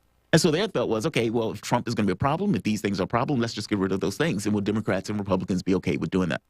We'll see. Yeah. But we have a caller. We have a caller. We're taking more, 202-521-1320. But quickly, because you mentioned Trump, I want to get into this fun little headline I just saw. You ever heard of The Masked Singer? No. It's a show. It's like, you ever heard of The Voice? Yeah. It's like The Voice, they come out with these crazy costumes, and it's a famous person. They try to guess the judges, and then like America votes, whatever. Mm-hmm. Apparently, last night, Trump was the singer? No, close. That would have been awesome. They unveiled a pig, and it was Rudy Giuliani. No way. And the judges walked out in protest. Wait. They unveiled a pig? And they named the pig Giuliani? No. Like, that's the pig. Uh-huh. That's the outfit. Oh, and Giuliani was in the pig outfit. How was his performance? I don't know. I didn't watch it. I'm just seeing the headline. I'll have to watch it later. Did he get high marks? Well, I'm assuming that... I bet Giuliani has a beautiful voice. He probably sings like an angel. Sings like a canary. Yes, high tier comedy there. I think that for anyone is your homework for the night. Yeah. We have to watch this performance. And then apparently Judge Robin Thicke and Ken Jeong walked out. Giuliani took the helmet off and they were like, oh, screw this. Yeah. Mic drop, get up, walk out. Mm-hmm. We must show maximum displeasure in this moment at Giuliani. What did Giuliani do after they walked out? Did he keep singing? He should have kept singing. No. So basically how it works is he's like, don't you leave. give your performance and then they're like, who's out of the competition? And it'll be like, this sparkly pig. Yeah. Sorry, you didn't make the cut. So then they unmask themselves. Who was it? Oh, so they got rid of Giuliani before they even knew he was Giuliani. Yes. Okay, so he couldn't say, I was cheated. You guys just went after me because I was conservative. Right, yeah. No. The voice wasn't on point. No. I want to see that performance. I do too, and we will watch it later. Yeah. We are getting more calls, but first, let's turn it over to Luis from Virginia. Luis, you're on the line. What's on your mind? Yes, good morning, Austin, and congratulations. You're doing a wonderful job. Thank you. It's hard to believe you're as young as you are. He's great, right? Yeah, he's been doing exceptional work. How you doing, Luis? Yes, he's on your level, Jamarl. Hello, Jamarl. Listen, I have a comment and a suggestion. Real quick, my comment is you, Jamarl, and Daniel Lazar put your finger right on it, what made things go wrong.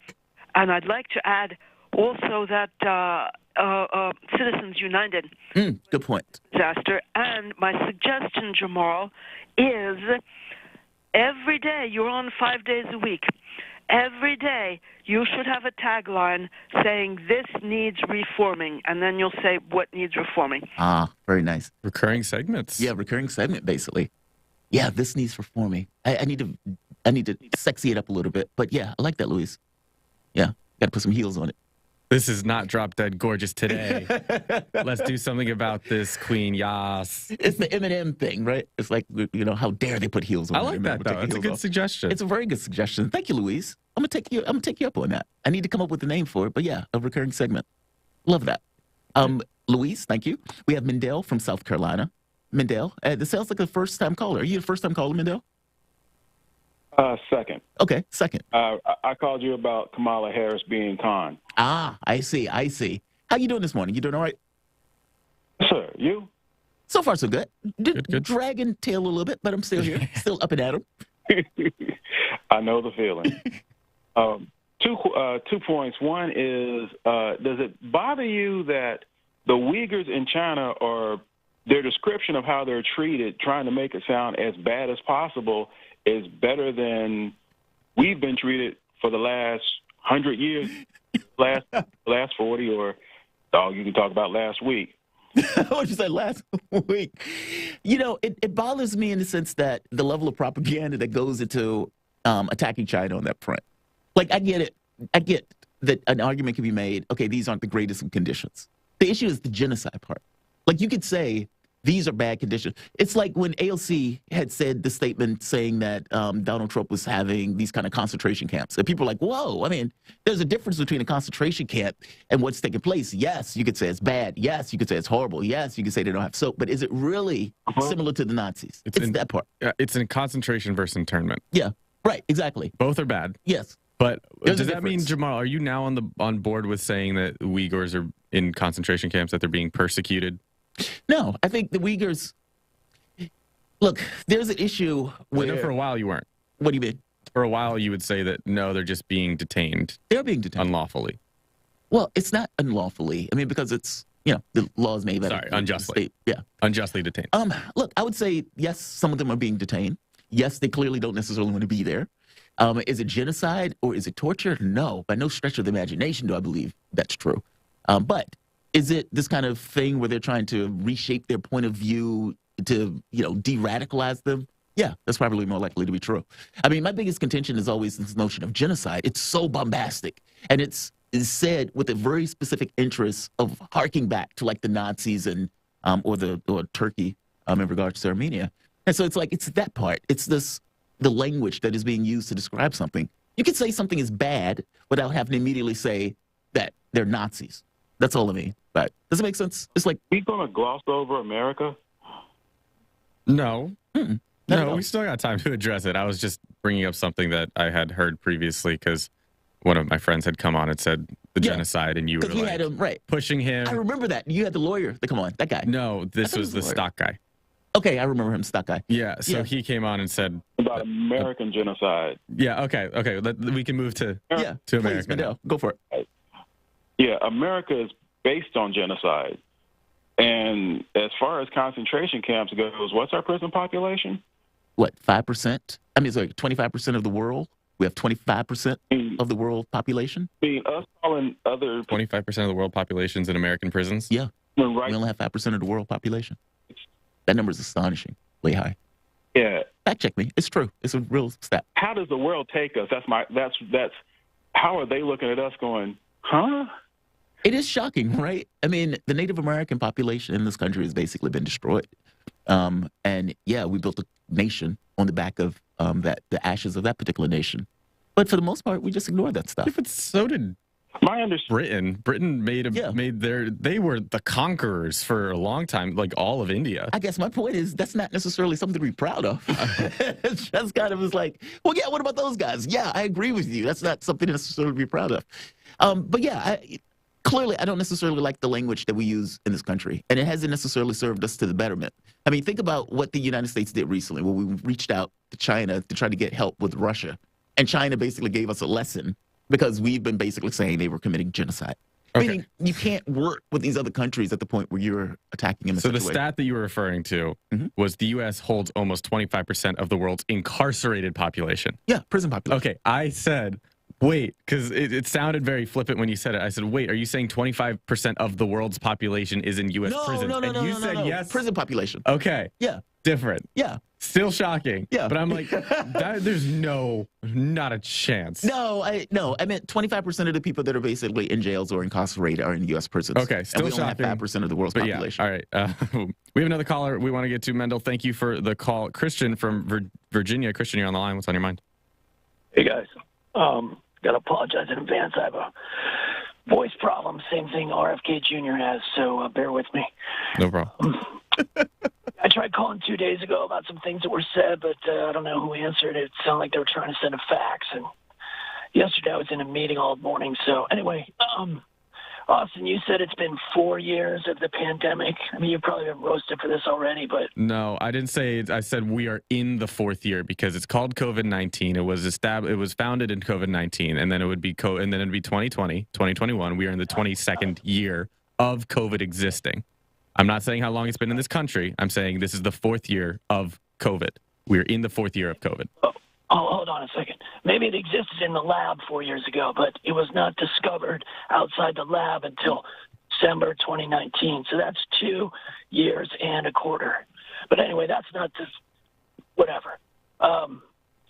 You also tried to insinuate that Jamarl, who's my brother from another mother, was a hypocrite. Let me just clarify something.